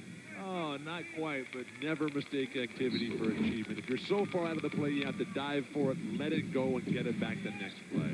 Double team on Nash, the behind-the-back pass. Nowitzki with 1 on the shot clock, and he got it! Now that's the Dirk Nowitzki that we've seen so much this year. Where was he in game 4? In game 5? In game 6? 51-51. 9.5 to go, third quarter. Wells will take a 3. Stoudemire. Well, Sabonis made that happen by just taking Nahara out of the play. Earth mover. He blocked the sun, and Stoudemire is there for the rebound. Oh, what a pass! And Wells is fouled. Awesome. That was too good. Awesome. This guy, Watch this pass. From Lithuania. Burst onto the scene. I first saw him in Stuttgart, Germany in the World Championships. The early 1980s. Arvydas Sabonis in the first half of the championship game. As a 19-year-old had 30 points, 20 boards, 9 assists, and 8 block shots in a half. Been out of basketball for almost a year and a half before returning to Portland. There's his career numbers for 7 seasons. Led the Soviet Union to the 1988 gold medal in the Seoul Olympics with Sharunas Marshallonis, drafted by the Blazers. Didn't play for him for many, many years. Stayed in Spain, playing for Real Madrid. You might not know about him, too. He was a great athlete. Great athlete. He could fly. Yep. He was 7'3". He was very thin, incredibly mobile, could shoot threes. Dribble between his legs, throw down dunks, block shots. Still out here at age 38, being a major factor in this series. Portland by 2. Stoudemire had to go to the floor just to save his own dribble, and now a timeout taken by Bonzi Wells as he's double-teamed in the corner. So Portland will huddle around Maurice Cheeks with 8 minutes and 50 seconds remaining in the third quarter. Portland on the road, still hanging in there. They've led by as many as 5 in the first half. They've got a 2-point lead right now.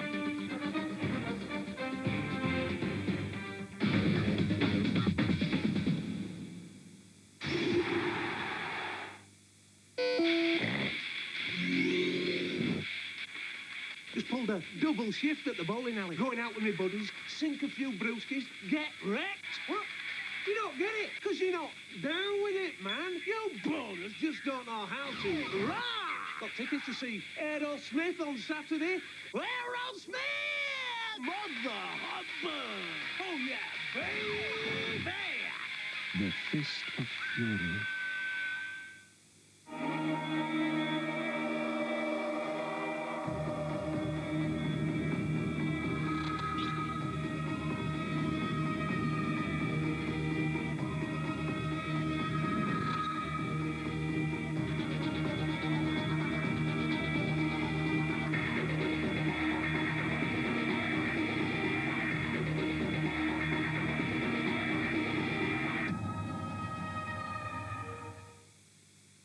If he can find the back of the net with this shot, the cup is there. What must be going through that young man's head, young man's head, young man's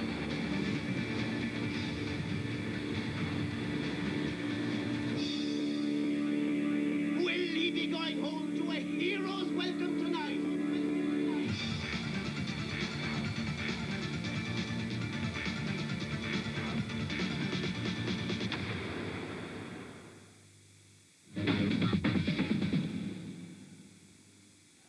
Welcome back. It's 53-51, Portland up now on Dallas. And Mike, you know, everybody's got to be making the big shots, but LaFrentz has come through in the clutch for Dallas so far, hasn't he? Well, I think the Mavericks coaches definitely wanted to get him started early. What you see here, they try to use Nash, space the floor, Steve Nash dribbles. They draws the defense, finds LaFrentz spotting up, hits a big shot, hopefully to get him involved in their offense for this second half. And the key thing on that there was he drew the entire Portland defense. They all sucked in. Do you think fatigue is becoming a factor for Portland defensively? Well, I think fatigue is one part of it, but the other part of it is their game plan. They're not leaving Nowitzki. They don't want to leave Finley. They want to try to help out off some people, and they chose to help off LaFrentz. That time, Nash delivered a great pass. LaFrentz knocked down the shot. Well, of course, Portland now, they're in the lead, so what are they doing at the other end to get ahead? Well, I think what fans should look for is their set. They have a 1-4 high set, and they're looking to run a high-low action where they give the ball to one of their post players at the top of the key and try to feed the other low post player, whether it's Wallace or Sabonis, on the block for easy scores. Sabonis is the star of the game for me so far. It's time to get back to the action. Portland leading 53-51.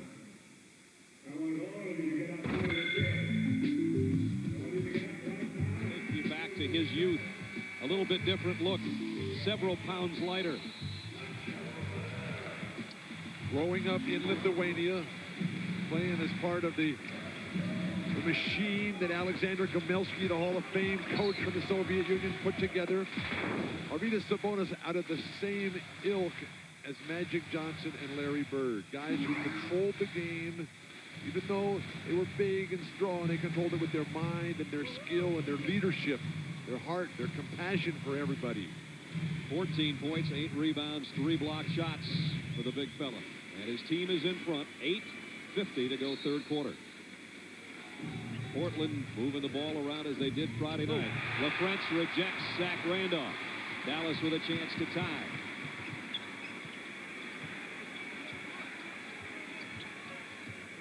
Nash around everybody. Tie game. What is Damon Stoudemire doing? At one end, he's getting torched by Steve Nash, and at the other end, he's over-dribbling and causing turnovers all the time. He's got to get some help from his big men down here on that pick and roll. I mean, that's a tough pick and roll to guard, the Nowitzki-Nash pick and roll. How about making the decision as to what you're going to do? Stoudemire offensively. Tipped in by Zach Randolph. And Damon's response is, I'm going to get it back on the offensive end. That's what I'm going to do. Well, this has been the staple of their offense throughout the year. Nowitzki, Nash, pick and roll. Let's see if they use some more of that here in the second half. Wells has got 3 fouls here. Finley trying to take advantage. And he goes straight up over it. He goes up as high and as strong as anybody in the league. When he hits that jump stop, it's strong, it's straight up over you, and just a difficult shot to defend. The problem with, as anybody, that includes Kobe Bryant. Absolutely. Stoudemire, nice feed to Sabonis. Nahara just stole it from him. Nash over to Finley. He'll try another. Got another.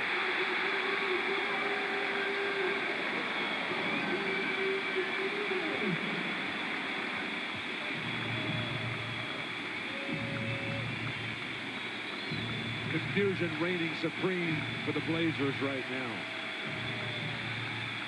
Stoudemire around as Sabonis pick, gives it back to him, and he'll try the jumper. It rimmed out, and Nash had his hands on it and lost it to Randolph.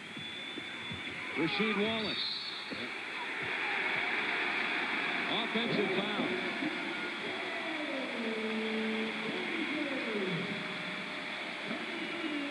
Well, where are your big fellas? With Nash in there getting rebounds. Nice job by Nahara. Getting over there, I guess. Glad you said I guess. Nowitzki now against Wallace on the other end, and Rasheed blocks the shot, and he's fouled by Finley. Blazers are not playing smart right now. They got back into this series by playing the team game, moving the ball around. They were guilty of overpassing. They were playing so well. Now Rasheed Wallace is back blaming the refs. Finley picks up his 4th. And down there defensively that last time, Dirk Nowitzki tried to stay with Rasheed Wallace, and he's holding either his left elbow or favoring that shoulder again. Beautiful. Nice backdoor cut by Sabonis. We have been calling for that for so long, for Zach Randolph to come to that high post against that porous Maverick defense. Sabonis with 16. The Dallas lead is 58-57. Nowitzki's open, and he got it. Let's double team Steve Nash and leave Dirk Nowitzki wide open. That'll get it done. We saw that in Game 3. They made 13 three-pointers, the Mavericks did in Game 3 at Portland to go up 3-0. Stoudemire trying to get around Nash. Did momentarily, but he missed the shot. Nowitzki the outlet to Nash. One-on-one with Stoudemire. Leaves it for Nowitzki, but in a bad spot. He got it in a better spot there.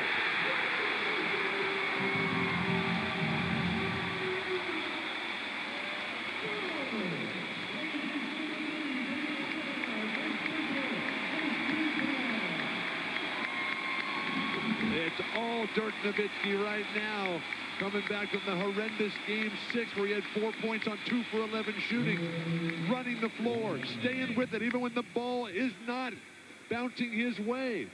The true test of how good you are. It's easy when you're hot. But who can deliver when that ball does go the other way? And right now, it certainly has for the Trailblazers. 7 in the quarter for Nowitzki. 15 in the game. The lead is 6. Inside Bonzi Wells. can get that anytime you want. Just Strong a pump move. fake and just right down the lane. Bonzi Wells moving to the backcourt has helped turn this series around because Finley can't guard him. Nash, nice push pass to Nowitzki. In and out this time. And LaFrance is going to take injury and insult as he's called for a foul on Wallace as he hits the basket support, and Rafe's got 4. Now we talked about Bonzi Wells and how big and strong this guy is. And when he wants to get to the middle of the court, certainly going around Rafe LaFrance, no problem. He just gets in there, no shot blocker present. An easy 5-footer for Bonzi Wells. So funny when Nowitzki gets it going, you're almost surprised when he misses. That last shot I knew was going down. Like, what do you mean? Miss? Can't miss. There's the foul trouble you see. Finley, LaFrance each with 4. Bradley has 3. Portland hasn't missed a free throw in the ballgame as Rasheed Wallace does. Critical that Portland is in the penalty midway through the third. Keep going to the hoop. Keep putting pressure on the guys who are in serious foul trouble. Crowd deafening now as Wallace steps up for the second of 2.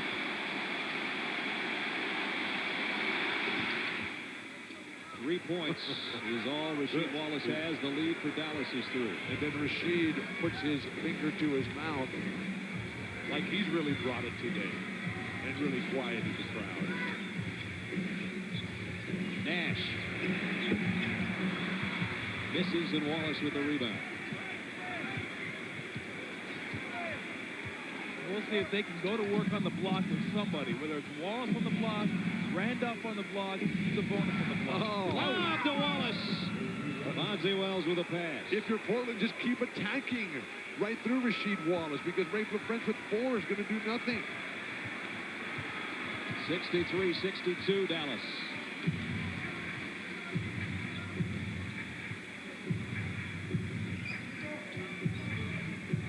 Nash the feed to Nahara, trying to dish it to LaFrance. Not a good decision. One too many. By Sabonis, though. The one too many. That was a little pump fake and take the 3-footer. Wallace taking the 3 and missing.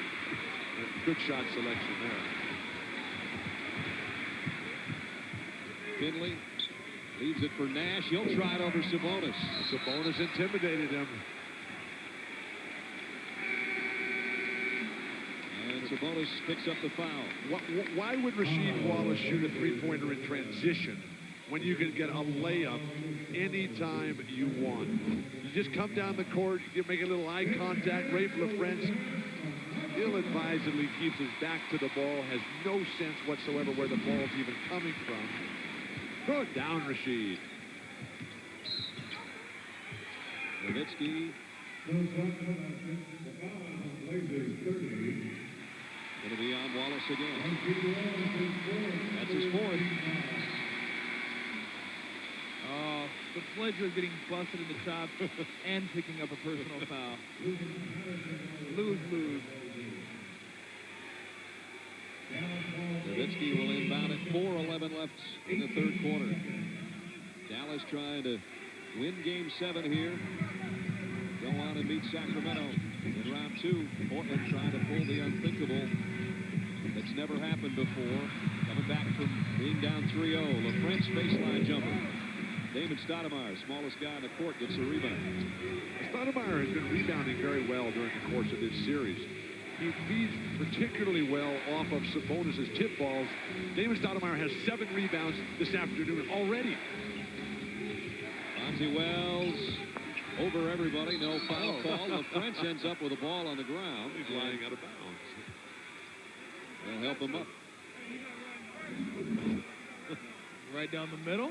Yeah. Knock him down, and look what I found, but my shoulder's out. What does the NBA come to when guys are running over and it's falling back, getting underneath guys? Get in the air and block a shot, please. Stoudemire leaves it for Patterson on the baseline, and he got it. Great play by Damon Stoudemire. Breaking the defense down, dribble drive penetration, and an easy 10-foot jump shot of the crossbar. Portland back in front after Dallas had stretched its lead to 6. And now Ruben Patterson picks up the foul after getting the bucket on the other end.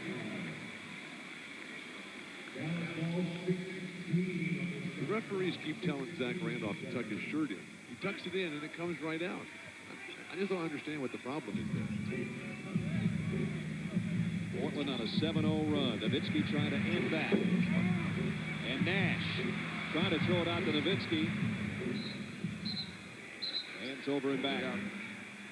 Nobody touched it. Nash threw it over Nowitzki's head. So Dallas with the turnover gives it back to Portland, and the Blazers lead by 1 with a little over 3 minutes to go third quarter.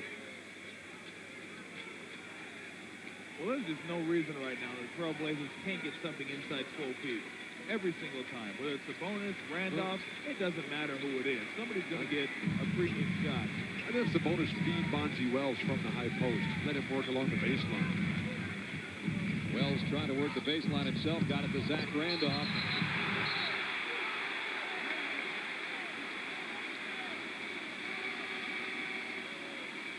And the foul is going to be 4 on Sabonis. Timeout with 2:56 remaining in the third quarter. Blazers lead by 1.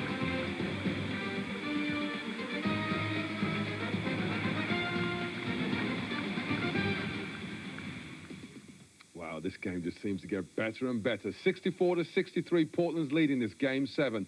And Mike, wow, it's a ding-dong battle out there. It's a great basketball game. Both teams making their adjustments, trying to get different players involved, help players get started. It's been quite a chess match between the two coaches. And we talk about Dallas's big 3. And Nash and Finley have come up big in the second half. They've started the second half exactly the way you'd want them to. Here's what we're going to see is a re-screen off a ball screen. Nash and Nowitzki dribbles one way, dribbles back. Nash gets into the lane, hits his patented runner. Now this time you're going to see the same action. Dribbles one way off the ball screen, dribbles back again to loosen up the defense. Finds his teammate Nowitzki, seemed to loosen up that Blazer D that was so tight in that first half. And it's that great play that they run over and over again. They use Nowitzki in the pick and roll with Steve Nash sometimes. But Michael Finley has also been standing there, not the pick and roll. He's spotting up in the corner, and he's just killing. Again, here you see him isolated, 1-on-1. Winning in the playoffs, winning at pro basketballs, having multiple scoring options. They got Nash, they got Nowitzki going. There you see a one-on-one isolation. Finley uses his perimeter skills, knocks down a J. Now in transition, you got to find shooters. Finley moves without the ball. Nash hits him, hits the 3 this time. When you have a 3-point shooting team, that's the great equalizer, can get you back into a game, can help you build leads, but you can't rely on it. And Finley's plays there were back-to-back jump shots. A little stat that most of the Americans won't be happy about. The 2 leading scorers in this game are from Europe. It's Arvydas Sabonis and Dirk Nowitzki, 16 and 15 points respectively. How big is this European comeback in basketball now? I think basketball is not an American game, it's a global game. And I think that it's a great thing to have international players making their impact. Well, it's time to get back to the action. Let's see how it develops. Portland's leading by 1, 64-63.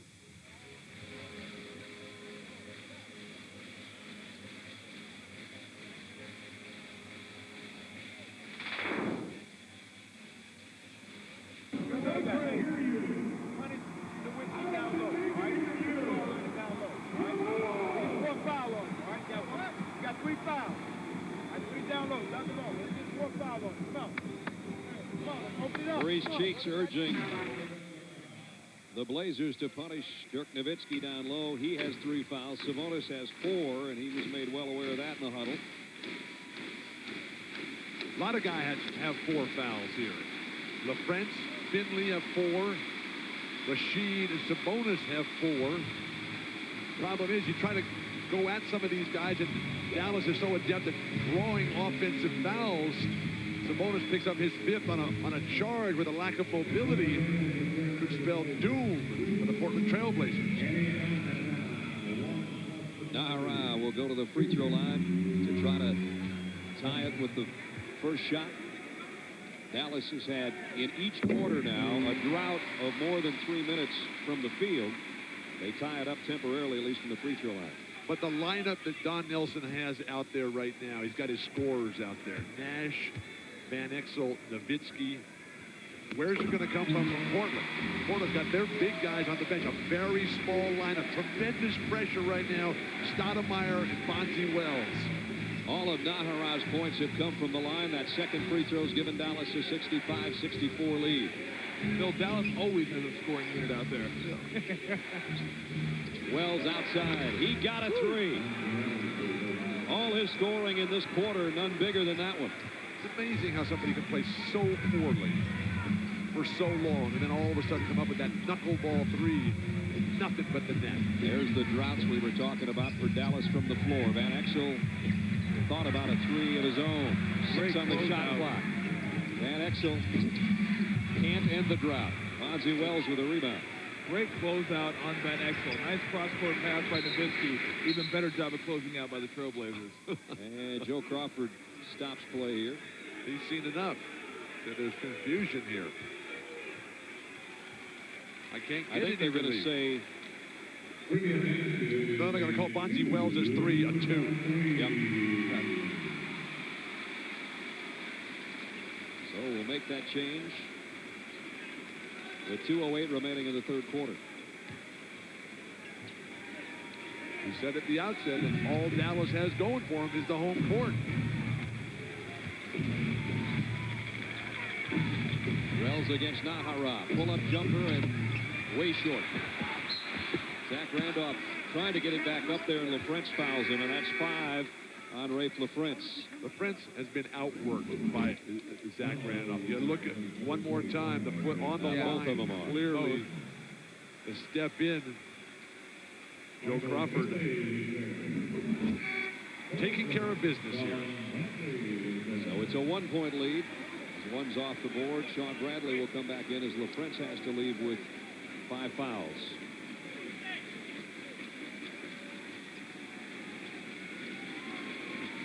One of the early games in this series, it was a three-pointer by Steve Nash against Dale Davis at the very end. That he had his foot on the line, and they counted it as a 3 that cost the Blazers dearly.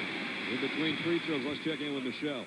You guys were talking about the scoring droughts, and I talked to Don Nelson about those at halftime. He says, you know, we're just bound to have those happen, but I like our shot selection. It's not the shots we're getting. They're just not dropping, and that was really the only criticism of his team at halftime, guys. Well, you got to keep pushing. You just got to keep pushing. That's the way you play, and you can't slow it down and try to grind a great shot. They almost turn it over. Finley to try to tie it. Bradley lost the handle. If you're Sean Bradley, Dirk Nowitzki cannot get rebounds against this Blazer lineup, you're never going to get them. Portland has its biggest lead of this half. 68-65. Got him. Patterson wanted away by Bradley. Cannot come with a slow delivery. Time to throw it down. Use that off arm, your shoulder, your head to position yourself. Anticipate the big shot blockers coming. Wells launches a 3, and Nowitzki the rebound. They draw it off like that?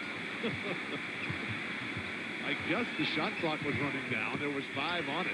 And Nowitzki knocks it down. That ends 8 straight misses by Dallas, and they're within 1. Let's get the ball. If you're Portland right now, it's let's get the ball back inside or catch it and drive it to the hole and see if we can get some contact. But no 25-foot jump shot. Bonzi Wells with 8 on the clock, trying to cross court. Nowitzki with a steal. And now Dirk Nowitzki going coast to coast, stripped out of there, but he's fouled. Dirk Nowitzki has been everywhere. Tremendous offensive concept of just jack it up every time you get it. And then when you're on the run, don't ever think about a pass. Even when they're running 3 guys at you. The Trailblazers are hanging their heads right now. Nowitzki hits the free throw. That ties it at 68. NBA.com has compiled the 10 greatest shots in NBA playoff history. Log on, cast your vote, and pick the best shot only on NBA.com. Finley goes out. Nowitzki trying to give Dallas a lead from the free throw line. And does. The difference between Dirk Nowitzki and Rasheed Wallace. Nowitzki just keeps working, keeps a positive attitude, doesn't get mixed up with all the negative things out there.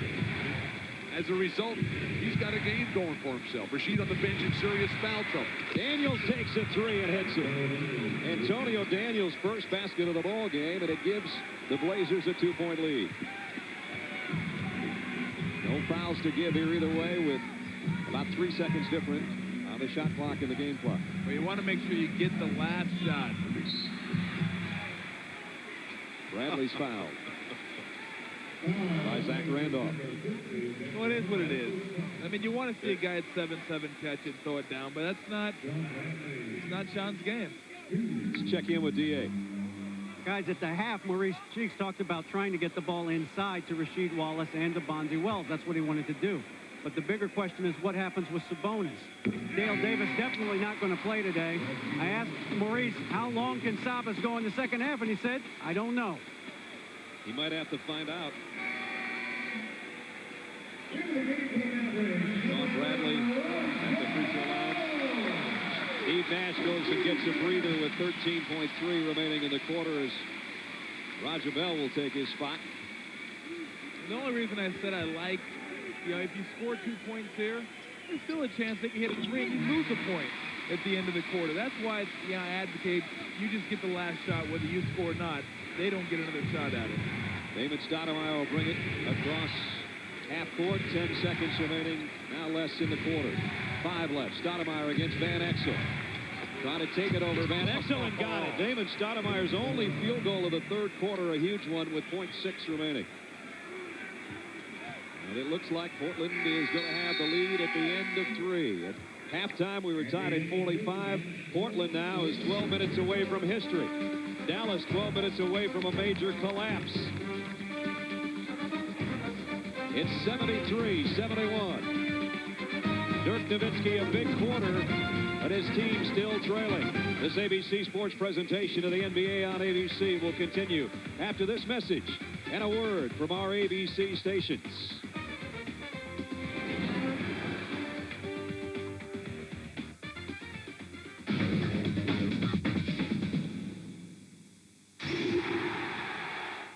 Masters tennis continues. The world's elite going head-to-head. Check the technique, see if you can follow it. Check the technique. Next up, Rome. Tomorrow at midday, Sky Sports Extra. It's live. Live it.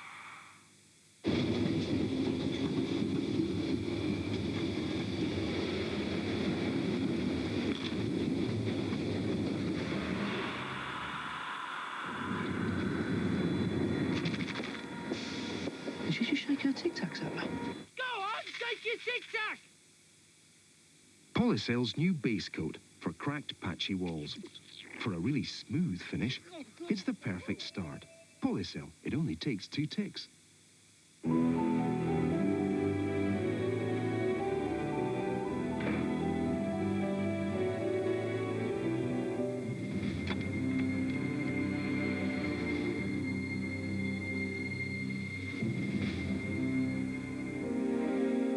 Visit the Carphone Warehouse and you'll not only get the choice of all the networks, but we'll give you live demonstrations of all the latest phones and features, helping you to get your perfect mobile.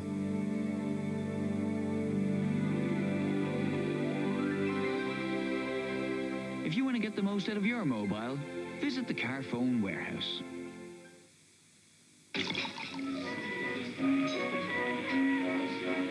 In a real Italian pizzeria, the pizza has rich toppings and a crispy, thin base. And that's exactly how Pizza Ristoranti is. Wherever you are, Ristoranti, the pizzeria taste. Looks can attract. Something about you. Looks can deceive. Way I'm looking at you. Looks can kill. Keep looking at me. Freeze! Jennifer Garner makes Monday nights look hotter than ever. All new Alias, tomorrow 9 o'clock, Sky 1. Welcome back. It's Portland leading Dallas 73-71 in Game 7 of the first round of the Western Conference playoffs. And statistically, there's nothing to pick between these two teams. And Mike, Portland shooting well for 43% from the field, and Dallas seems to be struggling. It's critical. Mavericks have had chances earlier on in the series to put them away. They haven't done it. And as we'll be looking to get back to the action in a moment. Both teams almost perfect from the free throw line. 2 free throws missed.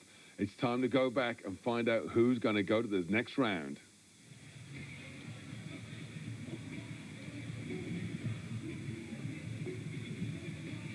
A Dallas resident that knows a little thing about winning championships.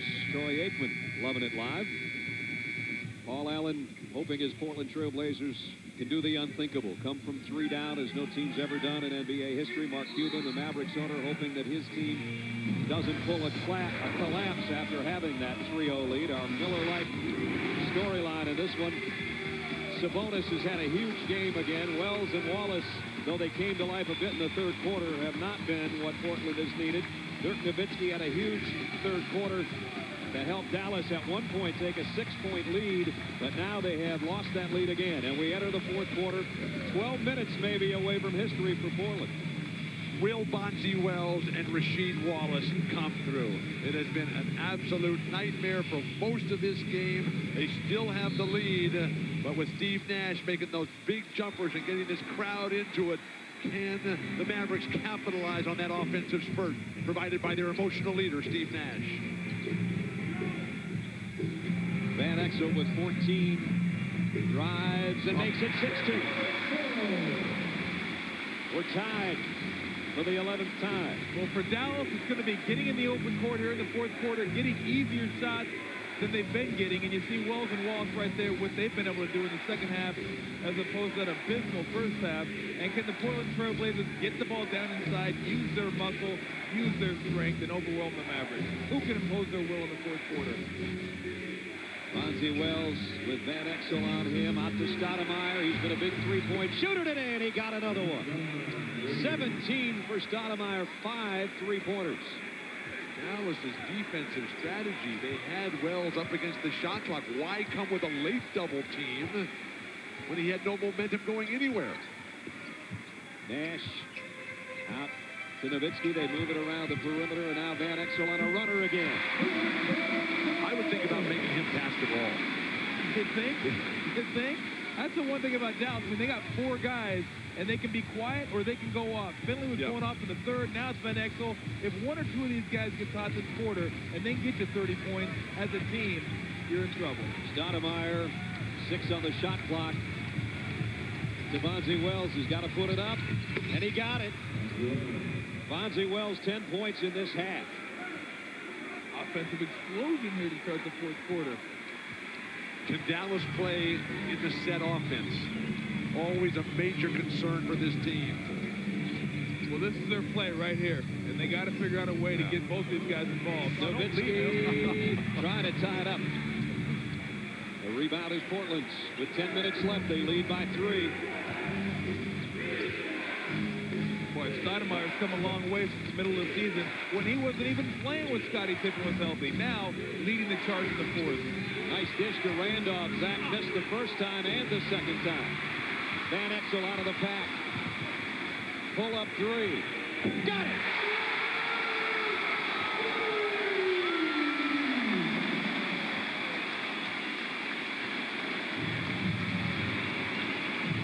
Van Exel's got 21.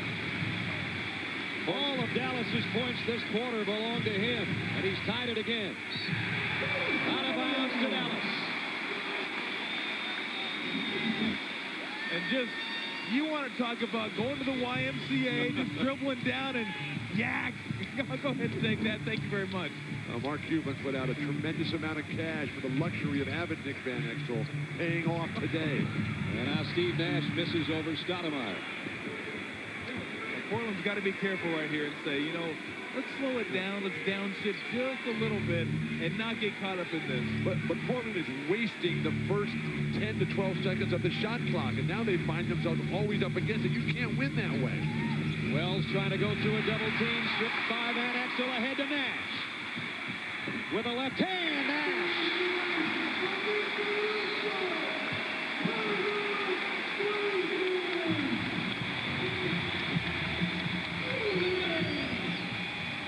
The turnover, transition, Van Exel to Nash, and from 3 down, Dallas goes to up by 2. 8:38 remaining. Dallas at home in front.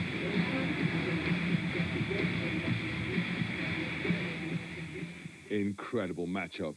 Dallas now leading 80-78. Mike, it's a ding-dong battle. Now Dallas have nudged in front. All your team needs is one spark. It's been Nick Van Exel. He's made impacts and made plays in a number of ways. It's been just what they need right now. They try to get a breakthrough. Here's Van Exel, penetrates, uses his body, leans in and finishes. That got him started. And you're going to see him on ball reversal, step up, penetrate with a little floater, brilliant touch with the left hand, intermediate game, grabs the rebound, pushes it in transition. And that's maybe not a great shot for his team, but it's just what they needed. It's about players making plays this time of year. Nick Van Exel raising his game right when his team needs it. Van Exel was a leading candidate for Sixth Man of the Year. Maybe he's showing Bobby Jackson that he should have gotten the award. Van Exel's just been tremendous scoring-wise, but also defensively. He's all over the floor. Is it an adjustment by Don Nelson? Is the roll of the dice going with the smaller lineup? Well, I think going with the smaller lineup, he went with the zone earlier. Now he's rotating, scrambling, playing passing lanes with the athletic, smaller players. It's paid off here, but again, Martin, there's a lot of basketball left to be played. It sure is. The atmosphere in Dallas is fantastic. And still, Portland, they've still got a shot at making NBA history here. Is Dallas thinking in the back of the mind still, we could be the first team to blow a 3-0 lead? I don't think they can think like that right now. They just have to concentrate on their performance, and they've got the confidence right now, the consistency. It's just a matter of finishing out the game, but they haven't been able to put the Trailblazers away. And you know Portland won't quit.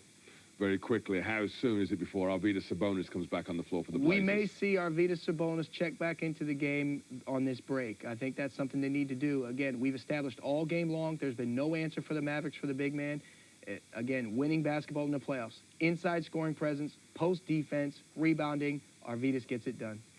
Well, we're ready to get back to the action. Is this going to be NBA history in the making? Who knows? 80-78, Dallas lead.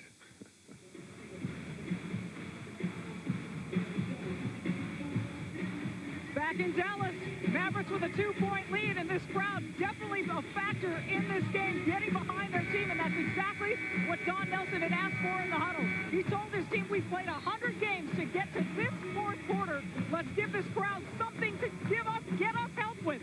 Give them something to cheer about, and they have. Over to David Aldridge. Guys, Maurice Cheek not happy with the ball movement in the huddle. He said we have got to move the ball and stop standing around. The other thing that Maurice Cheeks told us yesterday, I asked him if he thought the Blazers could win this game down the stretch, if the pressure would go on the Mavericks because they're the ones that blew the 3-0 lead. He said if it gets to 6 minutes and we're close, I like our chances. Guys, they're down by 2 and about 2.5 minutes away from that 6-minute mark. They've led for much of this half, but Dallas regained the lead right before that timeout. Wells trying to tie it. Finley the rebound. Bonzi Wells, last 3 possessions, 2 turnovers and an errant jumper. And a foul on Steve Nash, or a foul of Steve Nash, I should say. Well, I know. Holding his ankle or his lower leg to boot.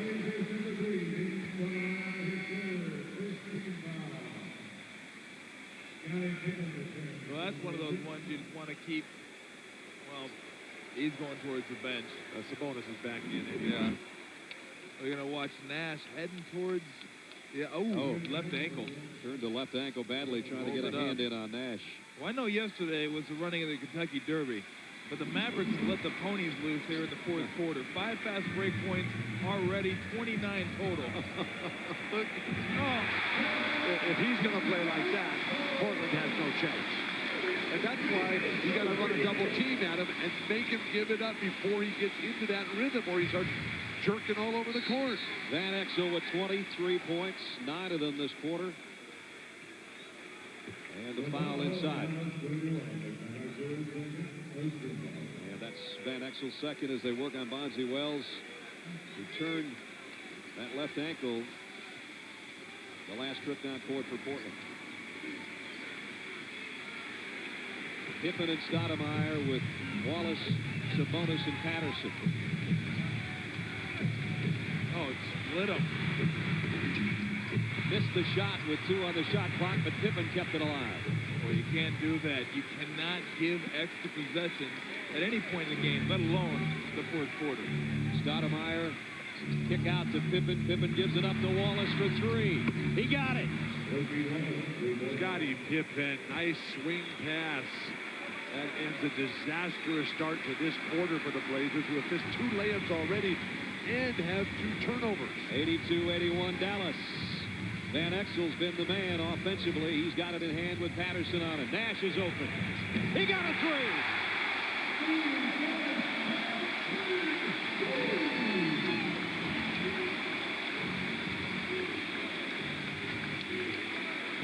Nash with 17.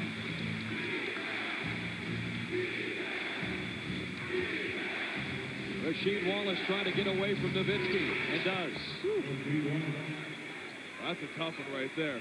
Forcing to take that one, but, you know, Van Exel's going off.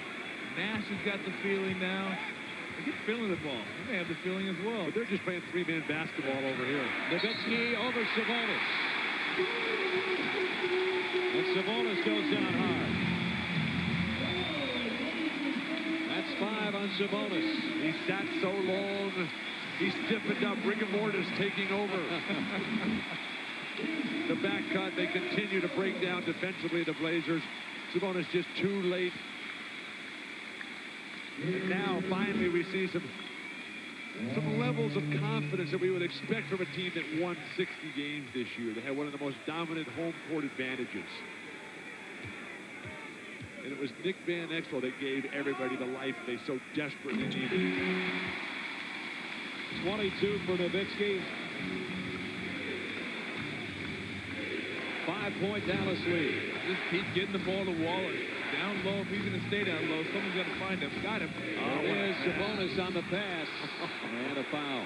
You can see that one coming. I mean, this is a great read by Sabonis. And Wallace didn't panic. He knew he had the guy fronting him, so he was just going to stay there and wait. Right there, he knew he had it, just a little release. And you know when Sabonis gets it up top, he's going to find him. When you're fronted, you want to move away from the basket to create a greater passing angle and space. That foul on Bradley was his 4th as he tripped Wallace en route to the hoop. All of Rasheed Wallace's 10 points have been in this half. Bonzi Wells, I guess, ready to come back in. Limping slightly on that left ankle, but he's coming back in anyway. Well, if you lose this one, you got about 5 months rehab. That's true. So it's time to get back in there. He knows that. And the team that loses this game will not be the same roster for next year. Dallas has been hot this quarter, 7 out of 9 from the floor, including their last 4 they've hit. David talked about that 6-minute mark, whether or not the Blazers would be in the hunt. They're within 3. And now just under 6 minutes, they can cut it down to 1 or maybe tie it this trip. Got him. Rasheed Wallace isolated with Nowitzki. Here he comes. Missed the shot. Bradley almost tipped it in accidentally. And now it's Steve Nash on the run to Nowitzki. Scottie Pippen, incredible defense and contribution. Don Nelson cannot believe it as Scottie gets in the position and stopped Dirk Nowitzki beside himself. Pippen back to set up, take the charge. Nowitzki with the foul.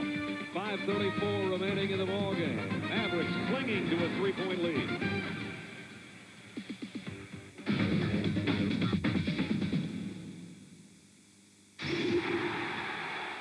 Monday night action on Sky Movies Max. A cyborg with a mind of her own. You were made to be destroyed. Why me? You will self-detonate, liquidating the company's entire chain of command. A cyborg with a heart. Tell me where she is. Angelina Jolie stars in her first leading role. Give it up, Cyborg, or he's a dead man. Cyborg 2, and holiday Monday at 10 on Sky Movies Max. Lost track of how long we've been at sea. Throats so dry. Don't think we can take any more.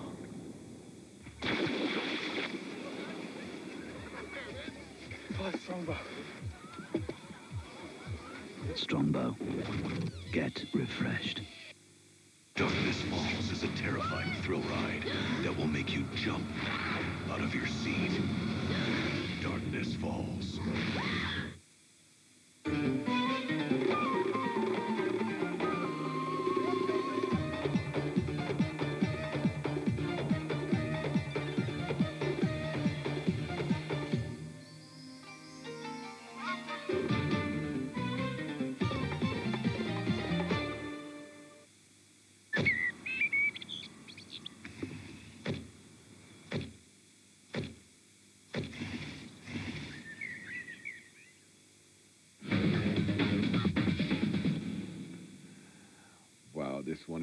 ultimately going down to the wire. Dallas leading Portland 88-85 in Game 7 of their first-round matchup.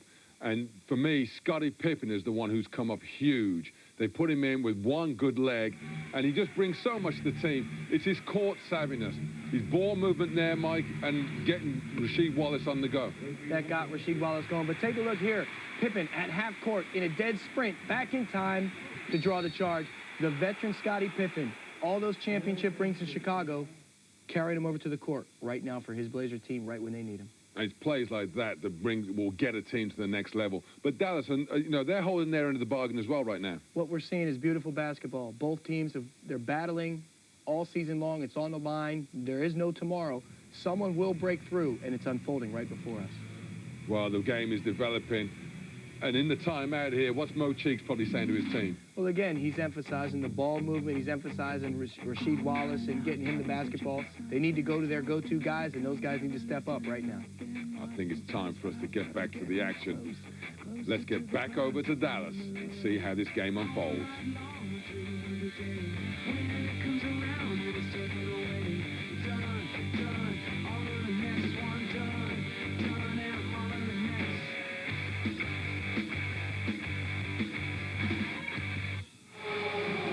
Both teams searching for something here in Game 7. Dallas searching for a home win, trying not to fold after a 3-0 lead in this best-of-7. Portland trying to do what no one's ever done in the NBA. Come from down 3 games to go to the next round. Van Exel has led the way with 23 off the Dallas bench. And we're down to the final 5.5 minutes. Who's going to play Sacramento? Nice feed inside, and Rasheed Wallace with a turnaround. Well, you can forget about it when he gets on the right shoulder. But when you care about a guy like Nick Van Exel, Lakers, Nuggets, here, he is not afraid to step up at crucial times in the game. And when they made that trade, Juwan Howard being sent to Denver, the big coup was supposedly Rafe LaFrentz. It turned out to be Nick Van Exel. Nick Van Exel is the guy who they just basically gave up on the Los Angeles Lakers. He missed a 3 there. Battle for the rebound. Scottie Pippen wins that. Nowitzki goes down hard. They banished Nick Van Exel to the wilderness. Rasheed Wallace with a huge three-pointer. And it's given Portland the lead back by 2. Wallace has come out of the woodwork in the second half. 12 in the quarter, 17 for the game. And they keep leaving Dirk Nowitzki. That guy is not going to miss that shot. Ties it at 90. Nowitzki has 24. 90 apiece, 4:20 left. The Blazers need a much better strategy for defending the pick and roll. At least have a plan.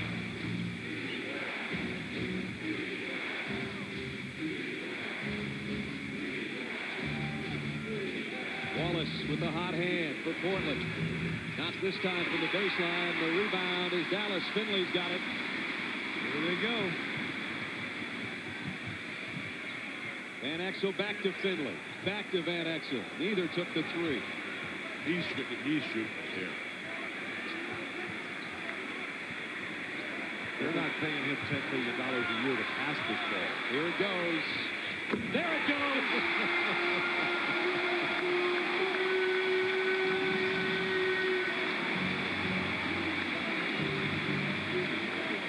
12 in the quarter, 26 for the game for Nick Van Exel. Dallas by 3. Stoudemire's been the hot three-point shooter for Portland today. He'll give it up to Pippen, and he got a 3. Scottie Pippen. Well, the nice job by Damon Stoudemire driving the baseline, and an even better job of Scottie Pippen drifting baseline to give him an opening to pass to. Nowitzki got around Wallace and got the shot. 2-point Dallas lead. We're under 3 minutes. Well, if the last 2:45 is going to be about offense, you got to like Dallas' chances. Scottie Pippen looking for a foul, didn't get it. Nash, great pass to Finley. That one had eyes. And jump ball.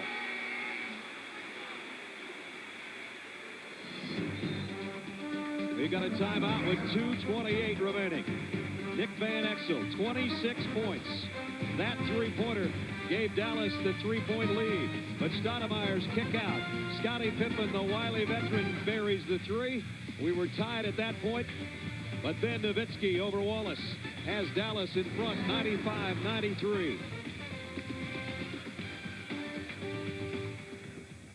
95-93, Dallas this time. It seems like the score changes over and over again. And Mike, you've got to start asking yourself now, what is going to be the key difference in this game? Well, right now it's about players making plays. Guys for both teams have stepped up and made plays, starting with Wallace. On the other end, you got Van Exel, Nowitzki.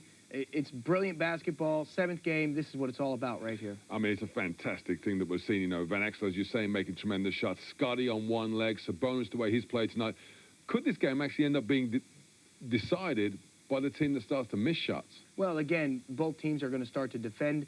They're going to start to really try to force the other team into difficult areas to score. I think the key is shot selection. Even though Van Exel hit a couple of those shots, it wasn't really good offense. He's pounding the ball, not moving it, coming up because he's got the hot hand. Again, shot selection will be critical down the stretch. And talking about Nick the Quick, as he used to be called when he was at Denver, his highlights package gets better and better. He's been going to the basket with the little floaters. I mean, this guy here, left-handed, as Mike's been talking about, is very difficult to touch. And Mike, when his three's going, he's really in big trouble. He's one of the most explosive scorers out there. He's either really going to help you or going to hurt you. And you see, he's got it going tonight. He's feeling it, using his dribble. And right here, again, pounding it and just knocking it down. When he's got his game going, he's just a beauty to watch. And something like Damon Stoudemire, who's been making big shots for Portland on the other side, he seems to be quiet, but again, he has been canning those threes also. Again, what you're going to see is the game plans are going to evolve. They're going to come to the surface. How the teams defend is going to leave one or two guys open, and those guys, maybe not the stars, have to step up and hit those shots. Let me put just a little bit of pressure on you. Who's going to win this one? Martin, I'm a Maverick guy, straight up, okay? Even though they've got their problems rebounding, defending, I love what they do. They got to stick to their strengths. Get out in transition, move the basketball, penetrate pitch, hit shots, Mavericks win. Well, you said it. Mavericks are going to win, says Mike Taylor. It's 95-93, sorry, to Dallas. Let's get over to Dallas. Our Toyota game track after Bonzi Wells and Rasheed Wallace did absolutely nothing in the first half. They've combined for 27 in the second. Nick Van Exel has been spectacular. 26 points. He and Nowitzki share the top honors, each with 26. And Dallas, 2 minutes and 28 seconds away from round two. Well, 2:28 left. It comes down to what do you do best? Game 7, what are we going to rely on? For Dallas, it's a pick and roll, generally with Nash and Nowitzki, but because Van Exel's been so hot, I like Van Exel and Nowitzki, and for Portland, it's got to be get the ball to Rasheed Wallace, down the block, see if he gets to that right shoulder, get to the free throw line or score bucket. But Portland's history has not been good in that execution down the stretch. It's only been these last 3 games over the past week where they've really been a team. The jump ball won by Wells gives Portland a chance to tie it again.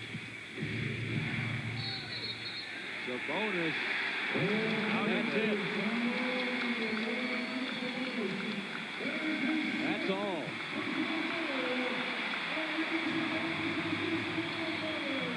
Another great performance by the veteran, but he leads with 2:12 left. Tying his season high with 16. He gave so much early, there was nothing left. He sat so long. He tightened up. When he finally got back in, he could make no more contributions.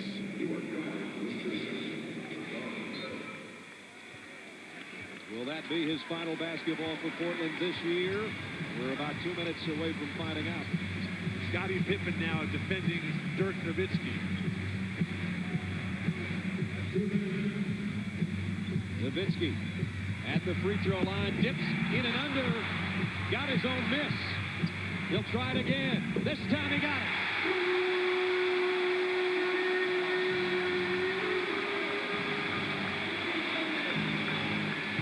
A minute 45, Dallas by 4. Scottie Pippen got free underneath and left it for Patterson, and he's fouled by Bradley.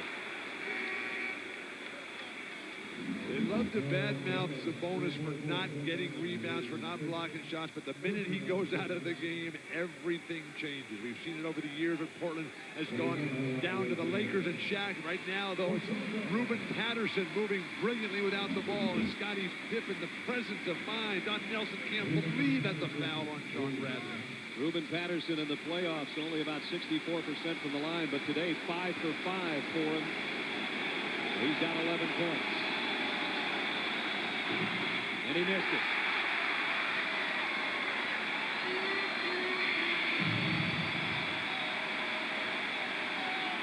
This one could cut it to 3 if he can cut out the crowd.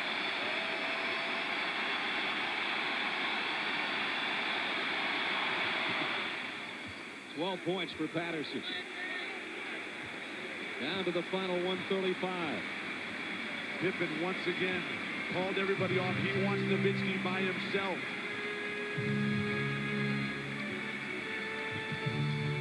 Nash out to Nowitzki. He's open. He got it!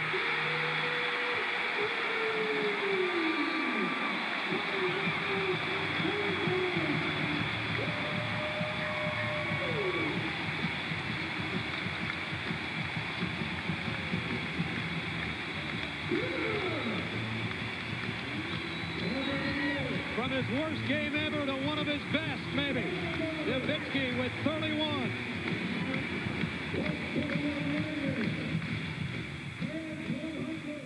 $194 Dallas ahead. Huge three-pointer by Dirk Nowitzki. We've speculated, Mike, about who was going to be key and who comes up, the MVP candidate. Just the man they needed. What you do right now is go to your strengths as a team. They've gone to their strengths. They've gone to the plays that have been working for them. Here we see Nash penetrate, finds his teammate, Nowitzki spotting up. That's a huge shot for the Dallas Mavericks. It puts them in position to close this game out. And is that a bit of a problem for Portland? Because you talk about going to your go-to guy. Who's the go-to guy for Portland? Well, right now it's Rasheed Wallace. He stepped his game up. He's woken it up. They've got to get him involved here on these next couple possessions. He's got to be a presence in the paint. If Dallas doubles down, Stoudemire and the rest of the players must be ready to shoot. This is a critical possession for the Blazers right now. Wallace is huge for Portland, but he's not moving very well without the basketball. And basketball distribution seems to be a weakness of them. Scottie Pippen is the one who's swinging the ball for them, but they need somebody to penetrate, get into the middle of the defense, break them down, and then kick out for the jump shots. We really haven't seen that from Stoudemire today. He's done it a couple times, but again, aside from him, who else? That's not the players' games that are on the floor. Guys need to stick to their strengths and try to help their teammates score in this point. And talking about the defense, let's have a word for Sean Bradley. He's actually performed pretty well today for Dallas, hasn't he? Well, a lot of people think Sean Bradley's a bum, but he's really doing a lot of good things for his team right now. He's working as hard as he can, and he's been pretty effective. The atmosphere out there is absolutely amazing now. 19,200 fans packed in there. How loud is it going to be on the floor for the players? It's unbelievable. This is where you have to concentrate, and you really have to be on the same page. All season long, they've been working for possessions like these. Again, the Mavericks need to close it out, but the Blazers are still fighting for hope. Well, it's 100-94, Dallas leading. We're at the crescendo of an exciting series. Let's get back to the game.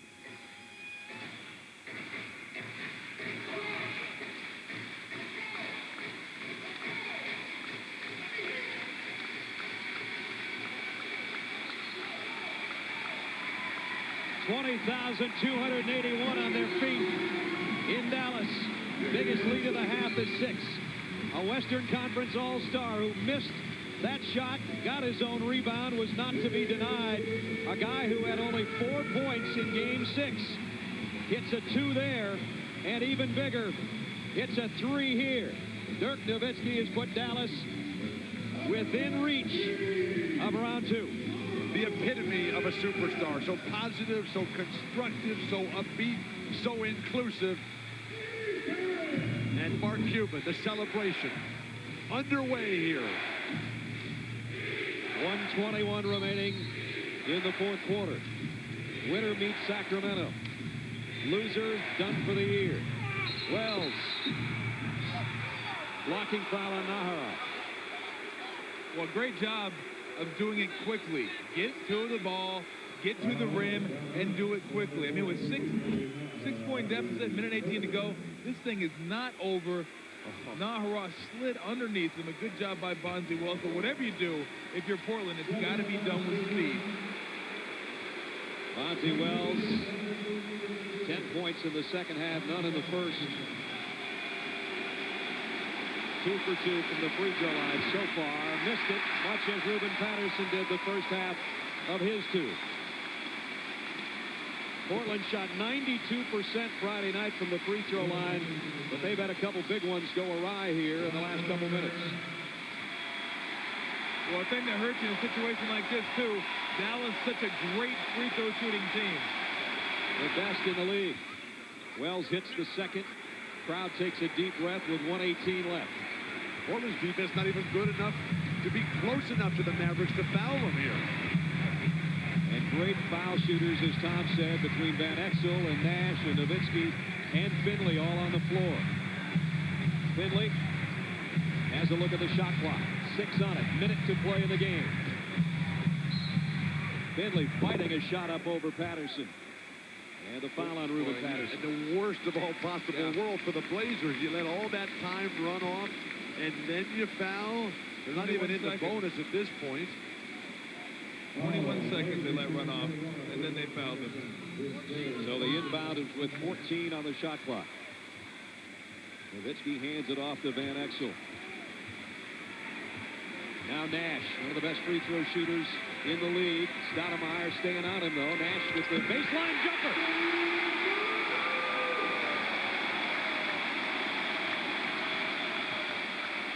Biggest lead of the ball game for the Mavericks. And they got the rebound.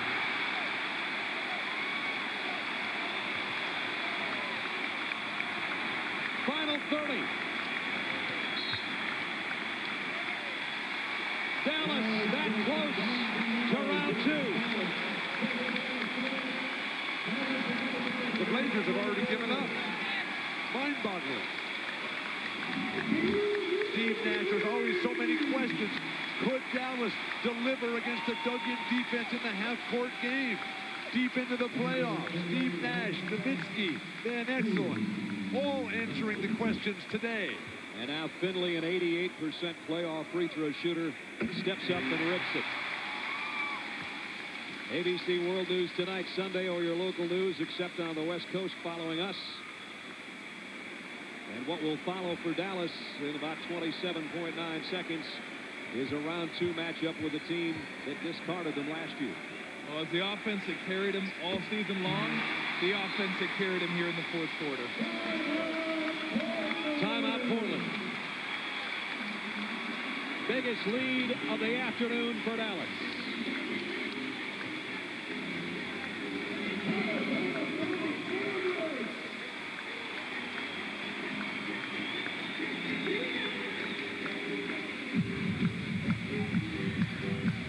So much said about this Dallas team in the last week when they had total command of the series after beating Portland in the Rose Garden a week ago Friday with a 3-0 lead. And then Portland came storming back, and they muscled Dallas, and they shoved them around. And now Dallas, as Tom said, not necessarily not getting shoved around today, but they're shoving it through the net, and that's what's important. You know what's great about the playoffs?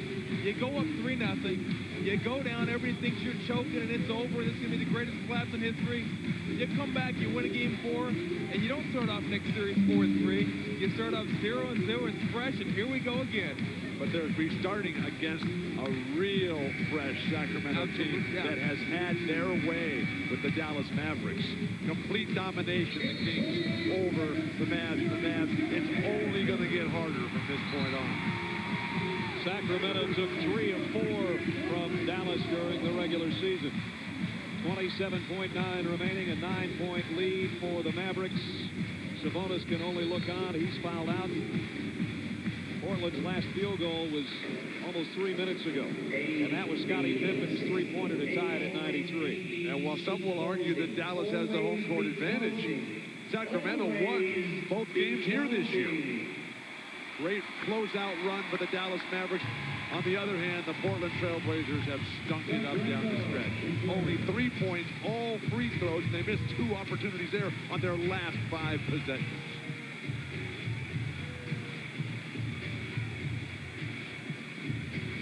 Scottie Pippen will inbound for Portland.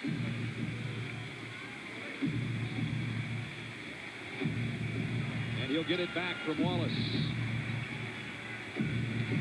Baseline jumper, the three won't go. And the rebound's Naharad. He's fouled immediately by Stoudemire.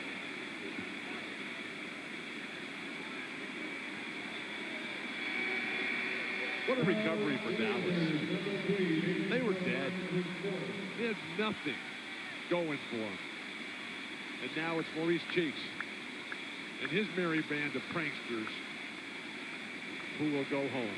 Well, they did come back from down 3-0. The first three playoff wins for Maurice Cheeks.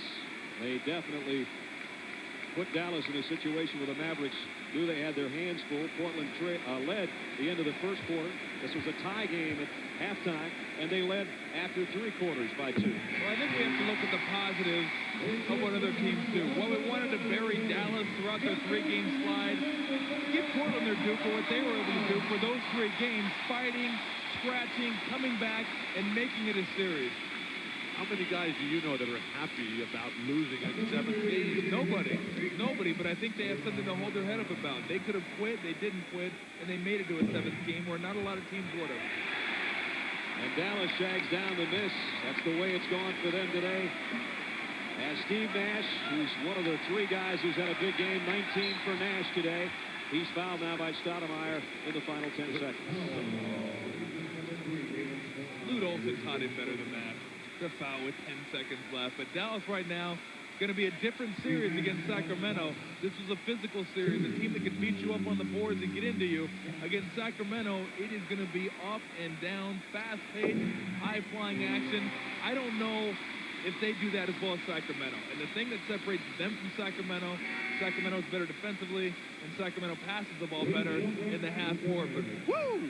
Is it going to be fun to watch? Congratulations to Don Nelson. Yes, what a... Van Exel, 26 points, goes out to a standing ovation.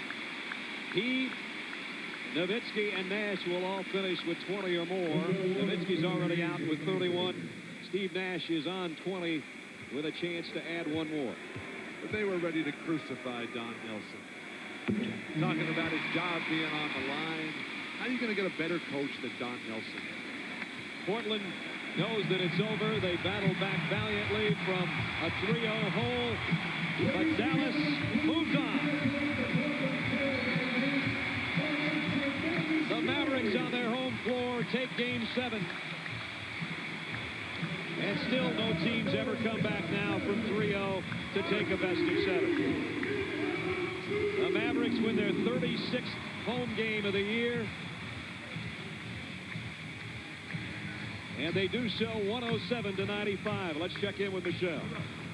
With Dirk Nowitzki, who's hugging Mo Cheeks. Dirk, you guys had a choice today. Let Portland make history or respond to this situation and win. Where did you find the energy and confidence to respond? Well, our backs were against the wall. We didn't want to go to vacation yet, so I think our energy was great. We rebounded the ball well, and if we rebound the ball well, put ourselves in a great position to win the game. And you said you were embarrassed after Game 6. You promised never to have a game like that. Your second half was tremendous.